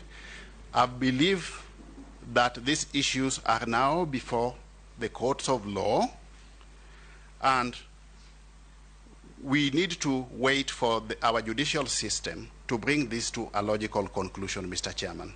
Now, as much as we need to hold dear the principles of good governance, I, in the same vein, believe that we need to allow independent institutions, Mr. Chairman, to execute their mandate without any undue influence from any sector in government. And if institutions are independent, let us not have any other arm of government interfering in the independent institutions or the operations of those independent institutions. So I believe that the institutions which are charged with this responsibility will execute their mandate with respect to this case to a logical conclusion. And at that point in time, we will stand guided accordingly, Mr. Chairman. There's also the issue of I having been summoned to the CID headquarters on 16th of July 2013 on alleged matters of having some intentions to destabilize the then Jubilee government. Mr. Chairman, it is indeed true that those summons were issued one morning. I got those summons. I organized myself quickly and reported to the CID headquarters. But when I got there, I came to realize that the CID acted on some claims or allegations by some anonymous complainant. And at that point in time, the CID had not ascertained the veracity or otherwise of those allegations. I was indeed asked to write a statement, but I declined as a matter of principle because I felt that it was incumbent upon the CID to undertake its investigations. And once they had conclusively undertaken their investigations and come up with a technically feasible position, they were at that point then in time duty-bound to support me. But I was not going to help the CID in undertaking its investigations, Mr. Chairman. The irony is, Mr. Chairman, that at the same time when I was summoned, I also simultaneously applied for a certificate of good conduct from the same CID, Mr. Chairman, which came back in the affirmative. The CID did indicate that they would summon me if they had got something substantive that they wanted me to respond to. To date, about 10 years down the line, they have never called me back. The matter ended there, and that's how the case. Those are the facts of the case, Mr. Chairman. On the issue of organizational restructuring, what do I envisage to do with respect to the Media Council? I'm a strong advocate of self-regulation of industries and sectors. I believe that we have got adequate capacity within the media fraternity to self-regulate itself. The role of the ministry would be limited to provision of a policy framework that facilitates an enabling environment to facilitate that, Mr. Chairman. I would rather the media fraternity regulates itself while we create that enabling environment. But if I'm successful and I assume office, I'll of course initiate constant, regular consultations with stakeholders in that industry so that we discern emerging issues from time to time that perhaps as a ministry we will then have to respond to or align our operations to, just to look at what is emerging based on those consultations, and then we will deal with it. The issue of government advertising agency and whether or not it is curtailing the freedoms of the media. Now, I believe the intention of the government or introducing the government in advertising agency to regulate or to administer advertisement of public sector entities, more so the ministries, was well-intentioned. In my understanding, the intention was to ensure optimal utilization of budgetary provisions for advertisement. This, again, is an issue we can look at, and depending on whatever feedback we get from the stakeholders, I believe in a participatory approach to leadership, Mr. Chairman, then we can re-engineer everything in that space at that point in time, based on matters arising therefrom or incidental thereto, Mr. Chairman. On the issue of computer misuse and cybercrime bill, and of course the whole space of social media and whether or not we should regulate social media in conformity to the laws, fundamentally, as a matter of principle, I believe in personal discipline and self-regulation. That is the starting point. As a matter of courtesy, we know we have got the national values which all of us are incumbent to align to. We need, first of all, to sensitize ourselves on these national values so that all players, the social media included, act and exercise their freedom of association with utmost responsibility. I would, however, as much as we have got the laws and regulations, not a strong proponent of curtailing media freedom. But the way forward is that within the confines of the law and based on the output of stakeholder forums that I intend to initiate, we should be able to develop a common position on the way forward. But we have got the Computer Misuse and Cybercrimes Bill 2018, which actually gives adequate provisions for governing the operations of this space, Mr. Chairman. Subsequent amendments have also been made to propose to this bill through the Computer Misuse and Cybercrimes Amendment Bill 2021. So I believe from a legal, regulatory, and policy perspective, we have got all that we require to ensure that this space is adequately regulated, but fundamentally without curtailing the freedoms of expression as espoused in the dictates of our constitutional dispensation, Mr. Chairman. Thank you. I'll take Owen Bayer. I'll take Mary Masse. I'll take Raso. I'll take Mule and Naisula. Yeah? You are? You want to go the most? Okay, Owen. All right. Down. Okay. Give to the Honorable Dawood and Raso, the one to go to the most. You want to ask questions and wait for answers, or then it will make no difference?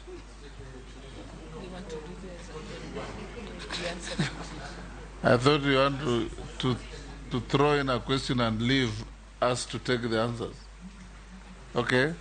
Then, okay, I'll give you. Thank you. Thank you. I'll give you with Raso and Mishi. Yeah. Mishi, you also want to go to the mosque? Yes, Friday. It's Friday today. Yes. You finish, then I can excuse you as we go on with the rest. Oh, and I hope you don't mind. Matters of faith are very sensitive. Thank you, Mr. Speaker. Thank you very much. Let me congratulate the nominee. Your predecessor, C.S. Musheru, introduced the Ajira program, which has not gone out to all constituencies of this country. In your position, if you are confirmed, do you think you will continue with that Ajira program and expand it, or you're going to do something more radical than what CS Musheru did? Secondly, regarding internet connectivity, I remember the President Ruto talking about internet connectivity for the whole country. How will you achieve it, and are you thinking of doing it? Thank you. Thank you, Mr. Speaker. Mr. Owalo, you have been doing some work for government and quasi-government institutions, yes, particularly in the area of strategic plans, balanced scorecard, job evaluation. But within the same form, you have said that there's no conflict of interest. What are you likely to do? Because in case the House approves your nomination, you'll be sitting at an elevated position to actually influence jobs to be given to your company. How would you avoid that? The other thing is about KBC. KBC is a depository of the history of this country, and it is the mother institution that has given birth to all other media houses. What is it that you are likely to do that it does not just become an archive, but also a leading media house, like what we see the BBC has happened to the BBC over a century? Thank you, Chair. Yeah, thank you, Honorable Chair. Honorable Chair, as per Kenya Kwanza Manifesto, they have said that they are going to reduce the cost of making phone calls and internet, and also allow Kenyans, and especially the youth, to access online platform so that they can access job opportunities for entertainment, for businesses and other use. I don't know how viable is it going to happen, because the last regime, where His Excellency was the Deputy President, you promised to give laptop to all the students in our schools, but it never materialized. I don't know how different are you going to do it right now to ensure that this one is achieved. The other one is on e-learning as a remedy to ensure that we reduce the cost of education. But I would also want to hear whether you're going to extend this in terms of adult education centers, where so many Kenyans who could not access education during their early ages, now they want to be literate. Thank you, Honorable Speaker. Eliud, you can quickly answer those short, precise questions. Okay, thank you, Mr. Chairman. The Ajira digital program is a fundamental and, in my view, very feasible proposition. Yes, we will continue with it because it is actually a mechanism of leveraging on our digital platforms to create jobs for the youth. If we enhance the ICT infrastructure in place, Mr. Chairman, we should be able to have this Ajira digital program rolled to all parts of the country. And with the intended rollout of 100,000 kilometers of fiber optic cable, we should be able to facilitate access to the Ajira digital program in all parts of the country. With respect to internet connectivity, yes, we will enhance this. How do we do this, Mr. Chairman? One, the starting point again is the ICT infrastructure. Ensure that through the digital superhighway, we have got reliable and stable and extensive ICT infrastructure all over the country. And then once we have done that, we come in to see ways and means of lowering the cost of internet so that we have got access to internet all over the country, Mr. Chairman. Mr. Chairman, ceteris paribus, the cost of internet, like any other product in the market, is a function of the inputs that go into the productive processes. If we lower the cost of ICT infrastructure, we should then be able to end up with affordable internet everywhere, up to the village and even the household level, Mr. Chairman. On the issue of my hitherto extensive consultancy experience within government and SAGAS, and whether or not or how I will handle that moving forward. Mr. Chairman, I strongly subscribe to the principles of good governance. I understand the fact that if I assume office as CS, I cannot continue undertaking consultancy for government. As we speak, I've already given firm instructions to my lawyers to evaluate this position and see how fast, upon assumption of office, if I'm cleared, I can then vacate the consultancy space for governments, Mr. Chairman, and this is something that I promise to do. There will be absolutely no conflict of interest on my part with respect to consultancy assignments, more so with respect to specifically the execution of these assignments by the firm where I've been the managing consultant, Eliud and Associates. With respect to KBC, I fully and exclusively agree with the honorable member that something needs to be done about KBC. Mr. Chairman, it is ironical that KBC, with its strong brand and wide network of infrastructure, is today punching below its weight in the marketplace. This will be one of my key areas of intervention if I come into office as CS for this ministry, Mr. Chairman. So what do I intend to do? One, I intend to revitalize the operations of KBC, first of all, by rebranding it. I don't quite understand the reason that informed, first of all, the change of name from the Voice of Kenya to the Kenya Broadcasting Corporation, Mr. Chairman. You know, there are certain very simple, basic things you can do and just change, turn over an organization. Just by changing the name of KBC to and reverting it back, for example, I'm just giving a hypothetical example, to its hitherto Voice of Kenya. That stands KBC in good stead to be seen as a market leader in that sector. Simple things. You just rebrand it. Two, we can strengthen or leverage on ICT to re-engineer the content of KBC so that it gets effective positioning in the market. Three, we need to revitalize the infrastructure of KCB so that it is in tandem not just with market needs, but also benchmarked with global best practices in that industry, Mr. Chairman. Those are some of the interventions, and I promise, without fear of contradiction, Mr. Chairman, that the issue of KBC will not just be one of my thematic areas of key result areas of intervention, but I would also want to be held accountable by virtue of having a very clear performance indicator as far as turning KBC is concerned. The issue of cost of internet and creation of jobs, yes, I believe I've answered this, but I can just come up again and give more value proposition to my earlier answer. If we enhance the ICT infrastructure and ensure that we have got adequate skills through the digital literacy program, not just for the students, but also the teachers and also other market players, such as the health sector and the public at large, we should then be able to leverage on ICT to enhance efficiency and effectiveness in our production processes, not just to bring down the cost of living, but also to create jobs, Mr. Chairman. Issue of laptops, yes, this is something that I believe is doable, and if in any case we will do it.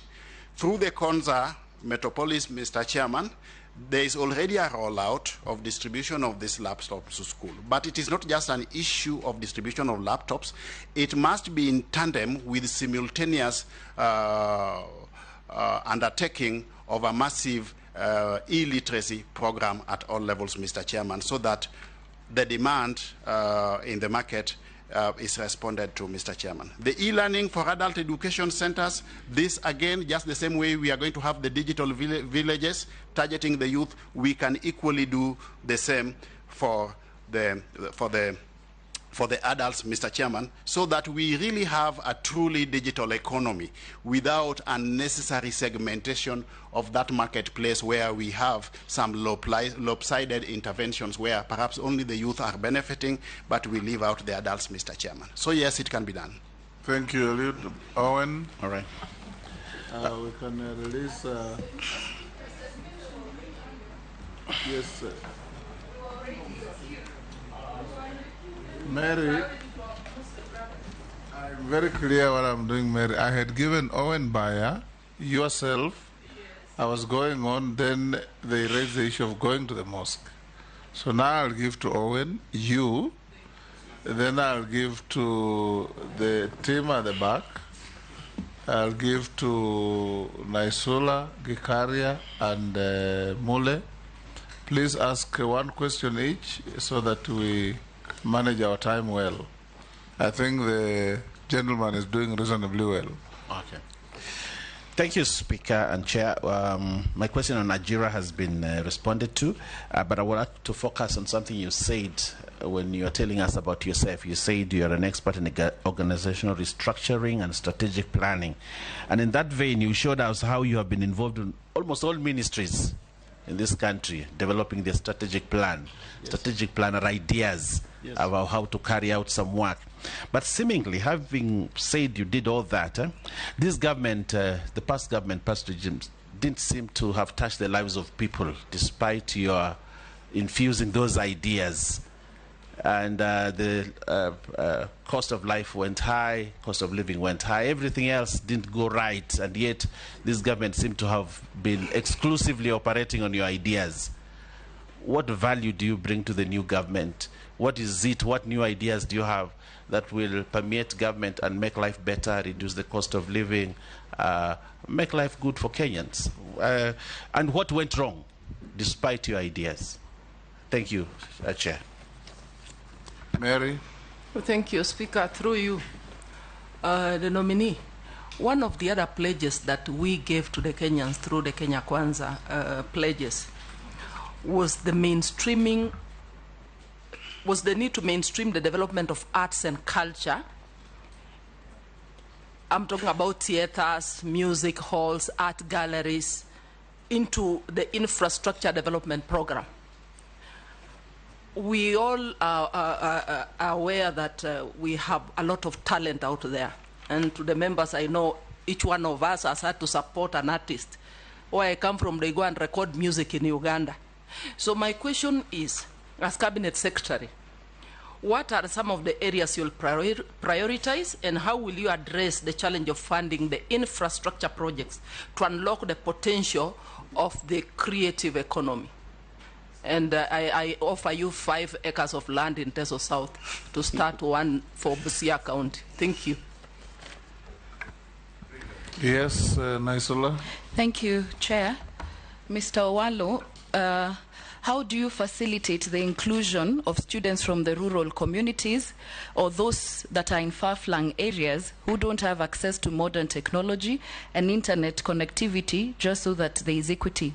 And Mr. Chair, if you'll just allow me to add this, that having worked at KBC, I don't think that rebranding is the main problem. It has been rebranded and rebranded and rebranded before. I don't think that is the main challenge. You might have to relook at it. But I want to also hear about the staff.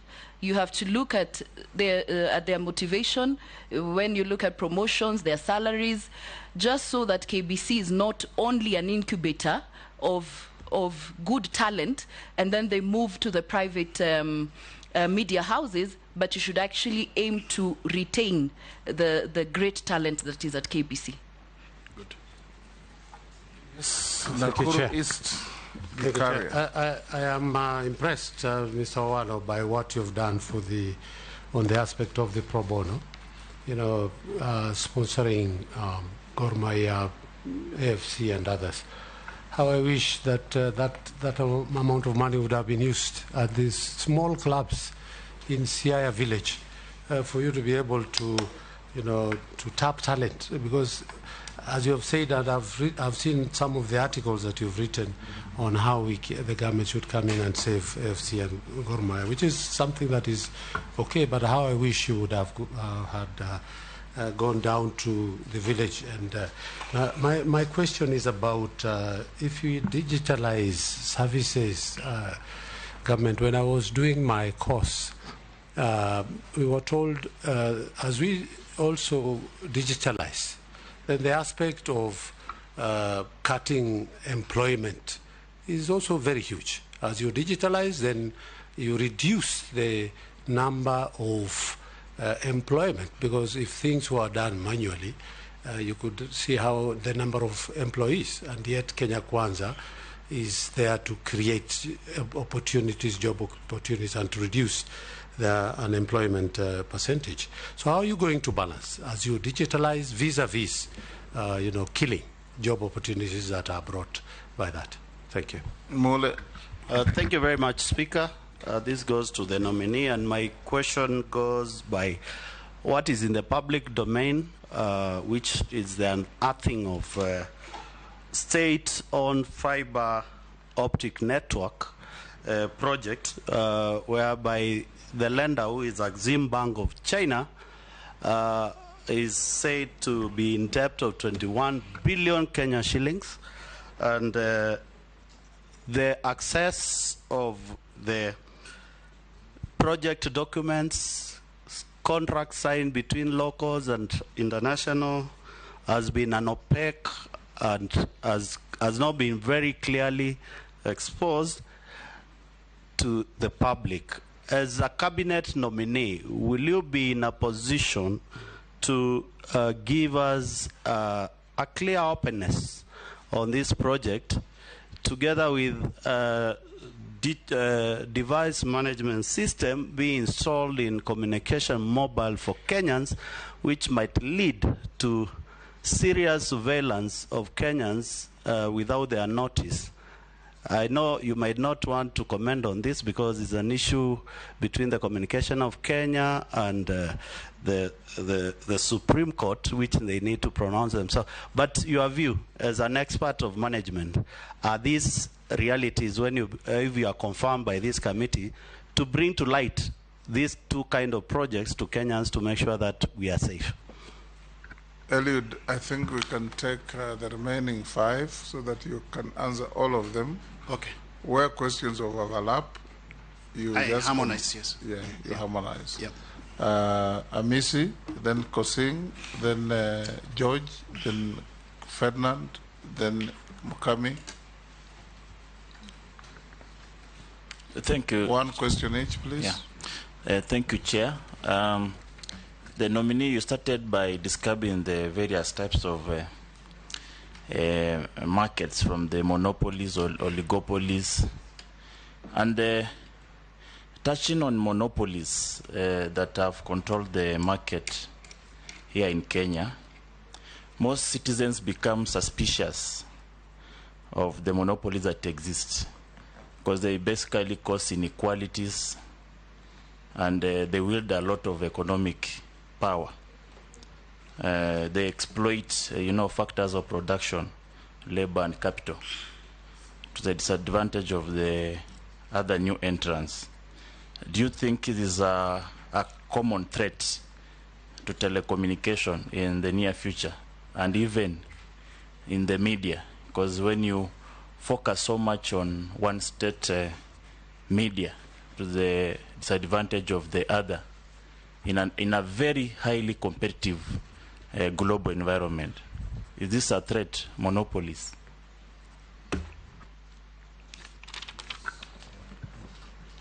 Yeah, thank you, Chair. Nominee, my name is Honorable Kosing David, MP for Poko South. I didn't say my name earlier. Mr. Chair, the nominee is coming at a very critical time. Should this House, through this committee, approves him? And there's been a bit of some controversy back and forth, particularly on the marginal areas of this country, which of course is known as arid and semi-arid areas or counties. which then is about 70-80% of the country in terms of network, Honorable Chair, for purpose of communication, security, and so on. And what's the controversy? The controversy is that, for example, Safaricom don't want to do network or build masts there for people to access network. Why? They think that it is not economical, because then people cannot, or maybe they cannot get enough money from the people living around there for purpose of communication. And therefore, Telecom, and Safaricom are not interested about this area. 70% of the country. Now, Honorable Owalo, should you be, what will you consider? Because there's this fund called Universal Service Fund, which was established by the people of Kenya because of that, so that this fund can be able to build networks in those areas so that Kenyans can access network. But nothing much has been done. What will you do in your 100 days? Will you promise this House that in your 100 days, because millions of those Kenyans living in those areas now are listening to you and watching and saying, what will you do? Will you take that one as one of your performance contracts from ourselves, from myself on behalf, and say you will be able to take this fund to where it is supposed to have been working, which is those areas which people consider uneconomical, and yet there are people of Kenya living there. I thank you, Chair. George. Thank you, Chair. Thank you, Chair. Nominee, we represent rural constituencies, and a while back we were encouraged through CDF to construct ICT hub centers. Not many were constructed because I think there were reservations, because people felt the ministry may not be able to carry this through. But in your own estimation, and upon being confirmed if that is going to happen, do you undertake to us, even to Parliament, that if these ICT hubs are constructed, you will quickly move in, equip them, and our youths are able to access ICT through those hubs for purposes of employment, research, and whatever else we have to do through those hubs?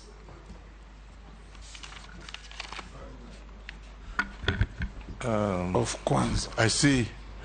My name is Ferdinand Wanyonyi of Kwanza constituency.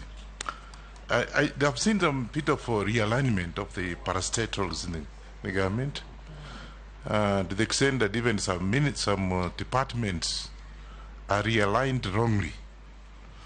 I know of a case where I've been discussing with my colleagues here as well.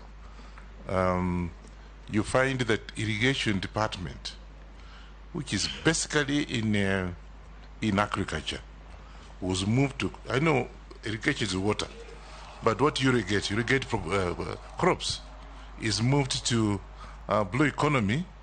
I don't know by name or whatever, the arrangement of that. And if you are being a consultant, I see you're very vast in this, and I respect you for that reason. Again, we have had a case where government bought shares from Telecom. Yeah.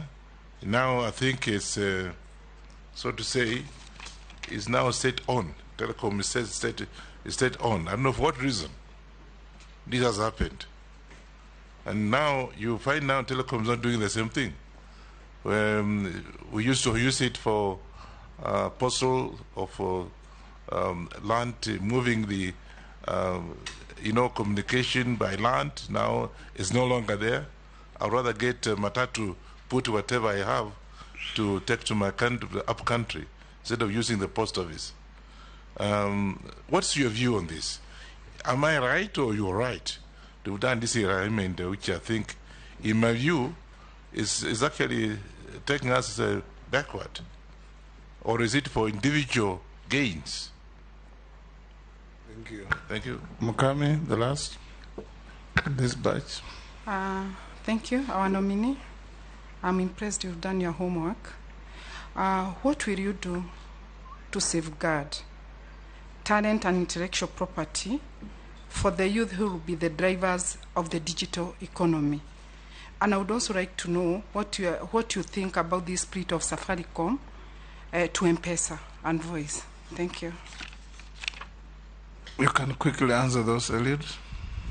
Okay, first of all, from Honorable Massey, the issue of mainstreaming the development of arts and culture, the creative economy. One, what we need to do, first of all, is to tackle this issue by understanding the functional domains which fall within this sector.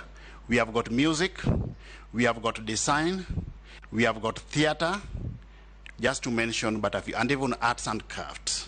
Now, this is an economy, Mr. Chairman, that envisages to exploit the potential of hitherto untapped capabilities amongst our youth.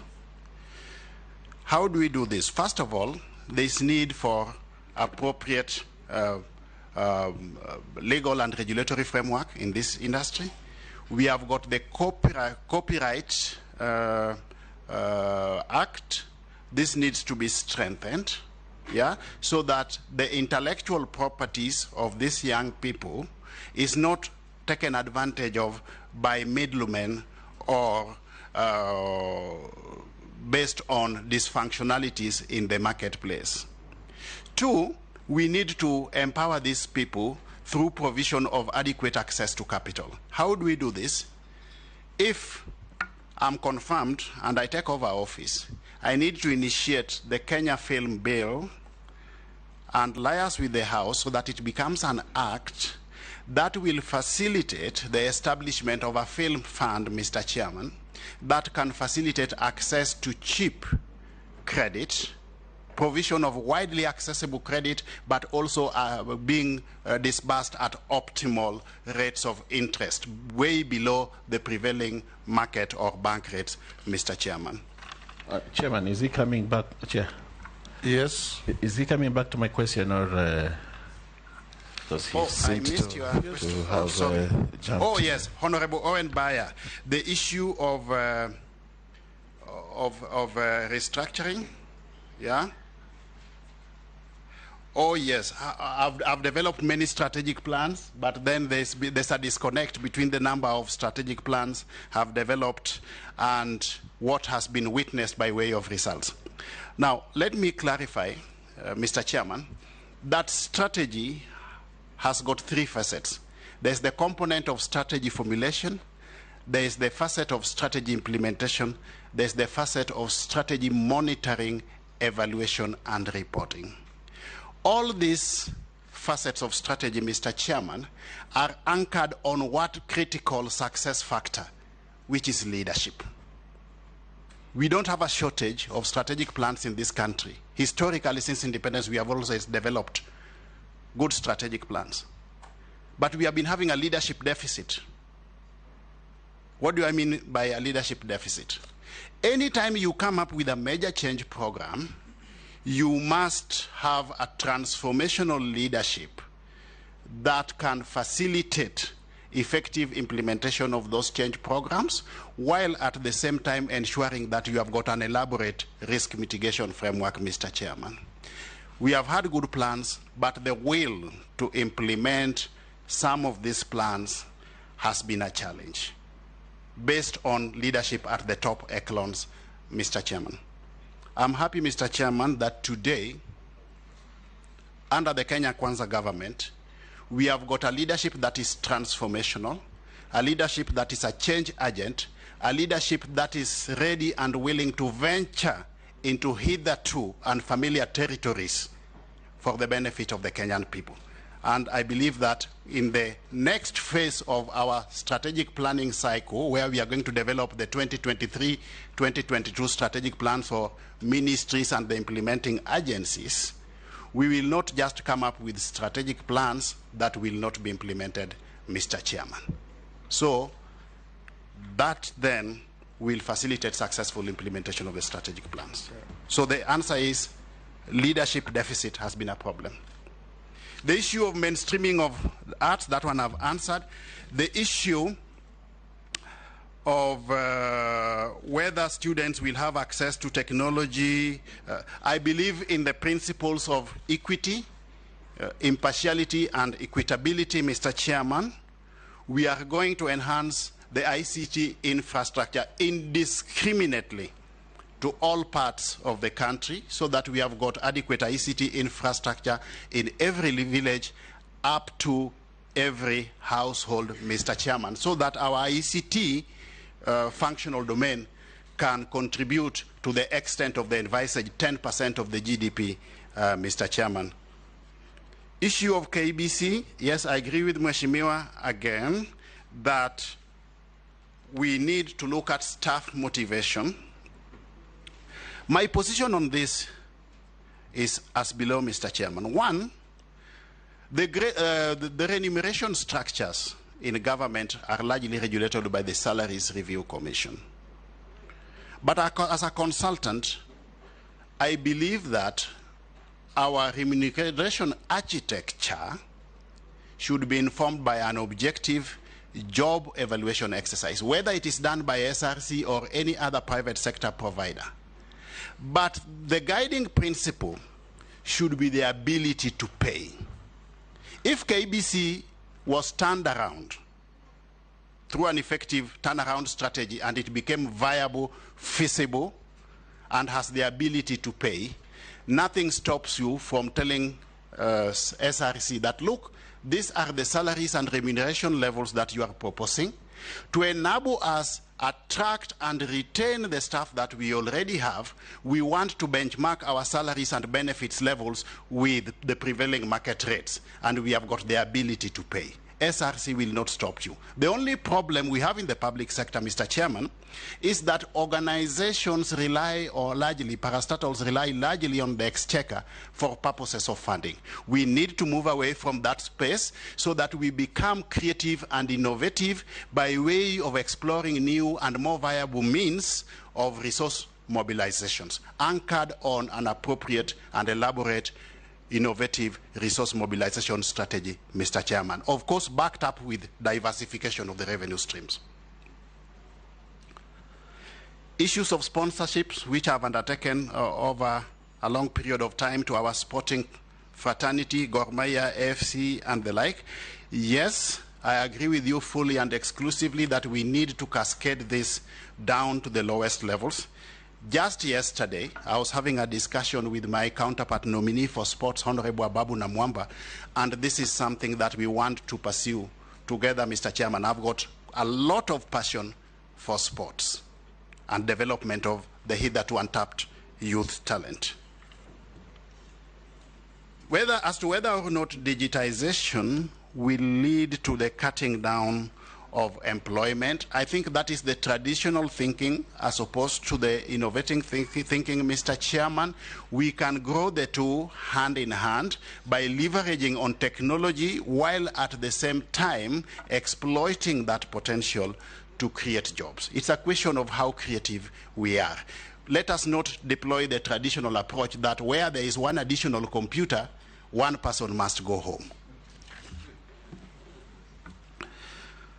On the issue of fiber optic network, as to whether or not, or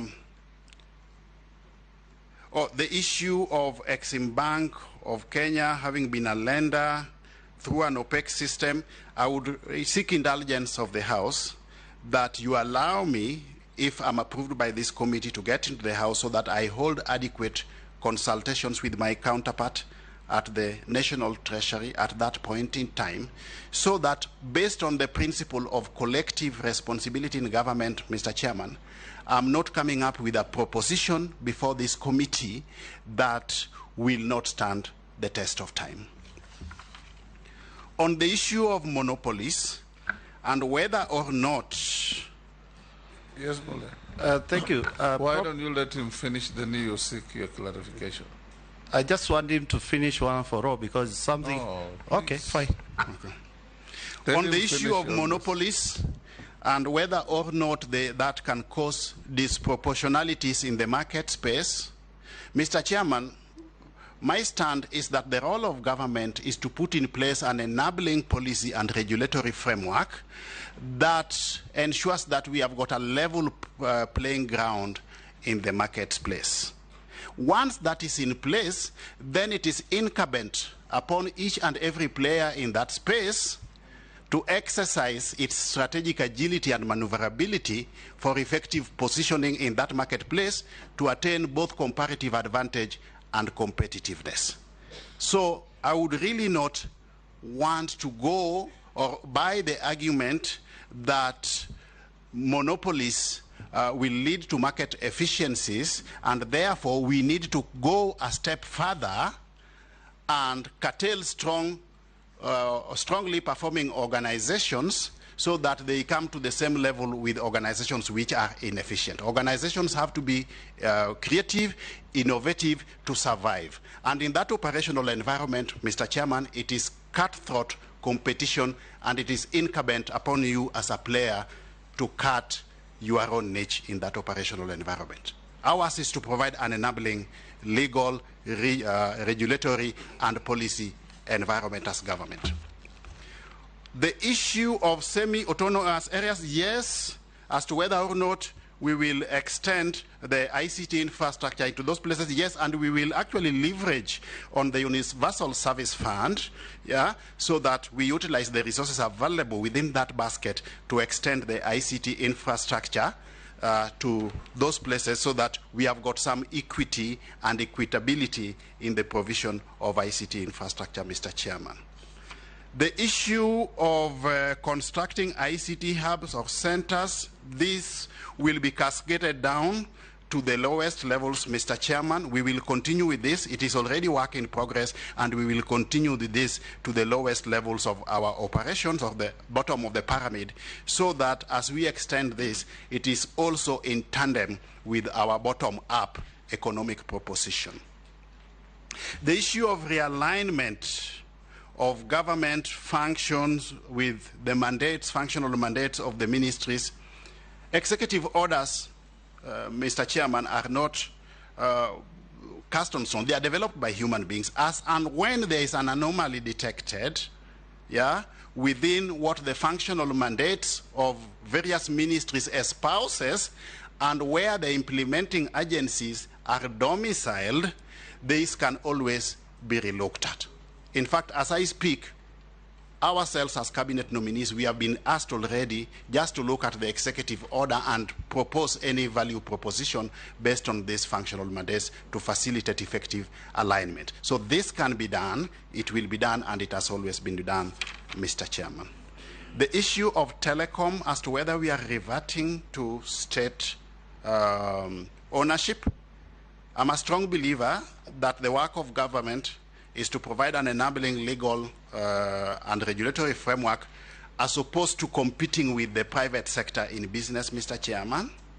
But for strategic reasons, which I had mentioned earlier, we also need to recognize that Telecom Kenya has at its disposal or within its jurisdiction a critical mass of strategic infrastructure. That space has to be looked at from various facets of government, not just the ICT ministry itself. It has got to be looked at from the National Treasury, from the Ministry of Interior, and again, based on the principle of collective responsibility within government, I promise that if I assume office, I will discuss and get to a level playing ground or develop a common denominator with my counterparts, and we will come up with a feasible way forward as far as telecom is concerned within the short run. The issue of safeguarding talent and intellectual property, I believe that answered that again. We need to strengthen the legal and regulatory framework. I've talked about the enforcement of the copyright law. I've also talked about the issue of just ensuring that we eliminate duplicity of effort between the Kenya Film Corporation and the Kenya Film Classification Board. Through a relevant bill taken to Parliament, Mr. Chairman, we can actually, in my view, end up with one entity that can take care of the whole of that space while charged with the mandate of ensuring optimal exploitation of the talent that we have amongst our youth on one hand, and also through the establishment and operationalization of a Kenya Film Fund, ensuring that we have got adequate provision of finances to these young people on the other, Mr. Chairman. Chairman, Spirit, Through Chairman, spirit of Safaricom. You see, Mr. Chairman, there are very basic but fundamental economic principles that we need to conform or align to in the private sector. Safaricom has got two main facets. There's the telco side and there's the finance side. The telco side will largely be regulated by policy formulation from the ICT and Digital Economy Ministry. On the flip side of it, the money side, based on the law, needs to be regulated by provisions of the CBK Act. I believe that to facilitate effective regulation, this is what has informed the envisaged split between the two functional domains, Mr. Chairman. Yes, Mole. Thank you. Probably, nominee, you need to understand my question is coming from the basis whereby the national government want to do connectivity for the entire country, and the county governments, or the 47 counties, whereby we have the national optic project. Yes. The issue is this. We need to open up this program to Kenyans, and then Kenyans to understand, whereby we are linking it up with the device management system, that is the DMS, which will likely going to monitor whichever call you will make, whichever call I'll make, whichever call Wanjiku will make in this country, and that amounts to discrimination on conversation between Kenyans and start monitoring Kenyans. What are your thoughts as the CS ITC? Secondly also, I'm not opening any round two. Yeah, you're not. Answer the questions. Thank you very much, Chair. Chair, now, clarification, Chair. It's important. Yes, proceed. You know, Chair. Proceed. Yes, thank you, Chair. You know, we are here also for people. That's why we are vetting. And as representative of the people, I didn't get my answer properly about the network, Mr. Chair. Poor network. Poor network. No, really not. I agree, poor and even no network. Non-existent network. Non-existent network in the entire pastoralist areas. An example, so that people don't think that we are talking from nowhere. If you go, like, for example, Tiati, there's no network, and that's why there's insecurity. If there was network, maybe we could have even gone to those areas. Baragoi, the entire, come to Marsabit, entire northern chair, it seems maybe the nominee has never been in those areas. Maybe. That's why maybe he might not understand how it is happening. So what is his opinion or take as he might come in if we approve him? Okay. Quickly. I think the approach should be, if you get this job, yes, what are you going to do to have 100% coverage by all these networks across the country? Yes. Yes. That is what you want, isn't it? Yes. Yes. One, as a ministry, so that I pick up that question quickly before I refer to the former, we will ensure that there is adequate ICT infrastructure in these areas through the envisaged 100,000 kilometers fiber optic network. That is one. Then two, we will engage the players correspondingly, the market players, to also ensure that they entrench their services to these areas. If the two go hand in hand, we'll be home and dry. It's as simple as that. Okay? That's why we are coming in as change agents to do it, Mr. Chairman. Let us not be captive to the past. We are Don't coming in. Don't exchange with him. I'm addressing you, Mr. Chair. Yes. That's why we are coming in to bring about change, Mr. Chair. My apologies. Yeah. We cannot be captive to the past. We are coming in to offer transformational leadership that is going to introduce radical change so that we are not captive to the status quo. And we will do it, Mr. Chairman. The second question was the issue of data security, which Mr. Mule raised. You see, there's the issue of the Data Protection Act on one hand, and the Computer Misuse and Cybersecurity Act on the other, Mr. Chairman. One, the Data Protection Act, among others, is meant to facilitate a situation where data in the hands of the market players is not abused or misused. And the provisions are very clear. So we need actually just to enhance that. And if there are any issues or emerging issues that need to be addressed, again, I've said from the onset that we will adapt a participatory approach and engage all stakeholders so that their views can be integrated into this process. We also need to understand, Mr. Chairman, that the rate of change of legislation or legislative reforms or policy and regulatory reforms is slower than the rate of innovation. So if innovation is ahead of legislation or policy or regulatory framework, then we will definitely introduce changes or propose changes to the existing policy, legal and regulatory frameworks so that it responds to the needs of the market. I believe I've answered.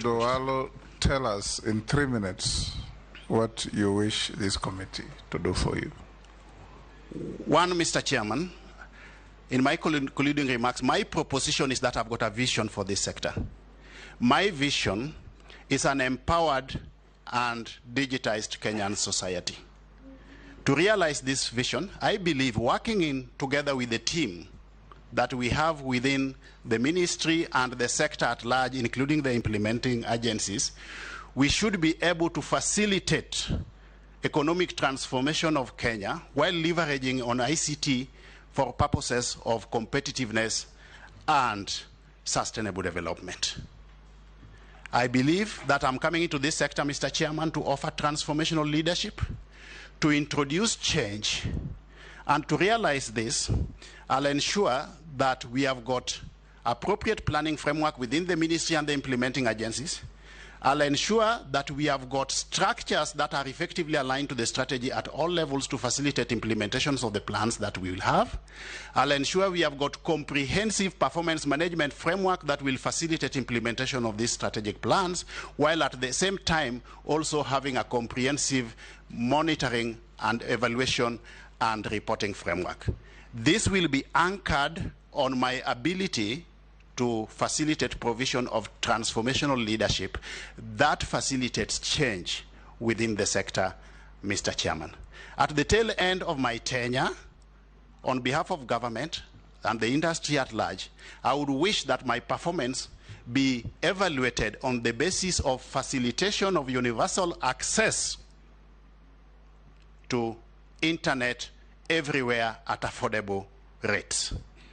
I would also wish, which I hereby commit, that my performance should be evaluated on the basis of digitization of government processes to facilitate not just a paperless government, but also to leverage on that technology to create jobs on one hand, while on the flip side of it, also capitalizing on the efficiency and effectiveness that will be facilitated by ICT to reduce the cost of living.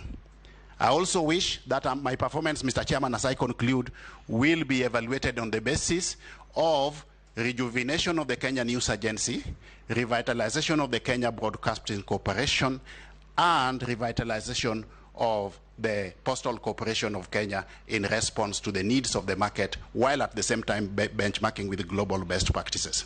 The will is there, Mr. Chairman. The capabilities, skills, and experience is there. And I can only promise that given the opportunity, Mr. Chairman, we will deliver on this mandate. We are equal to the task, and we will not let Kenyans down. Thank you very much, Mr. Chairman. That's my humble submission. Thank you, Mr. Eliud Okechowalo. That was an interactive session that has been quite interesting. We want to wish you well and allow you to leave to your other duties. Sergeant, you can show the Honorable Owalo the way out. Am I allowed to ask a question? No, you are not. Okay. What is it you want to ask? I wanted to find out if I can report to office this afternoon. No, you can't. You are a nominee.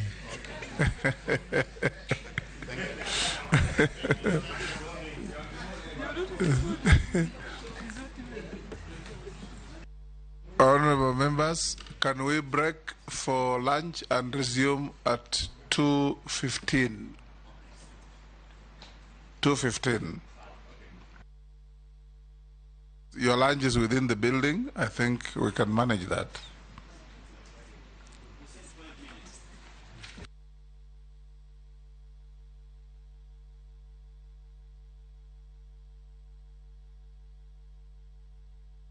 You come back. We have also saved.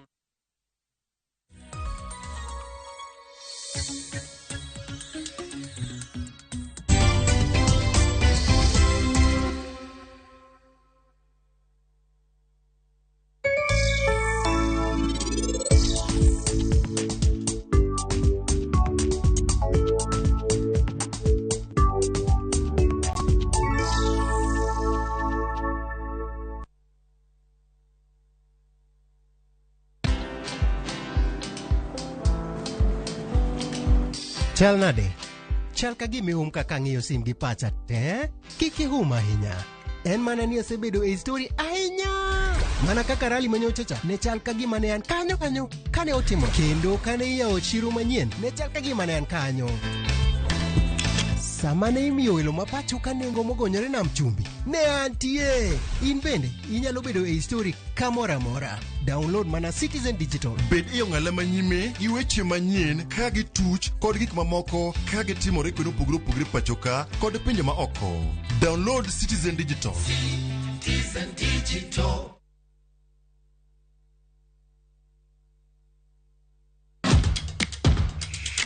E pewe mag tuke mayero hero mar adhula kendo ipako gilo.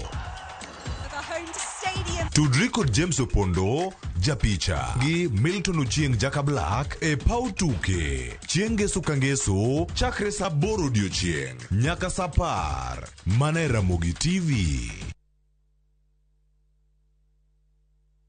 No matter what you're going through, when the clock strikes the hour, you have to chin up and do your thing. It is people making Britain. You see them on TV, online, and listen to them on radio. But do you really know them? I still can't help but wonder what type of lawyer I'd have made. From humble beginnings, We had fun in Dandora. Those estates, A1. to their success stories, I've become this highly sought, people calling, my good friend, come, how do you feel? and their struggle.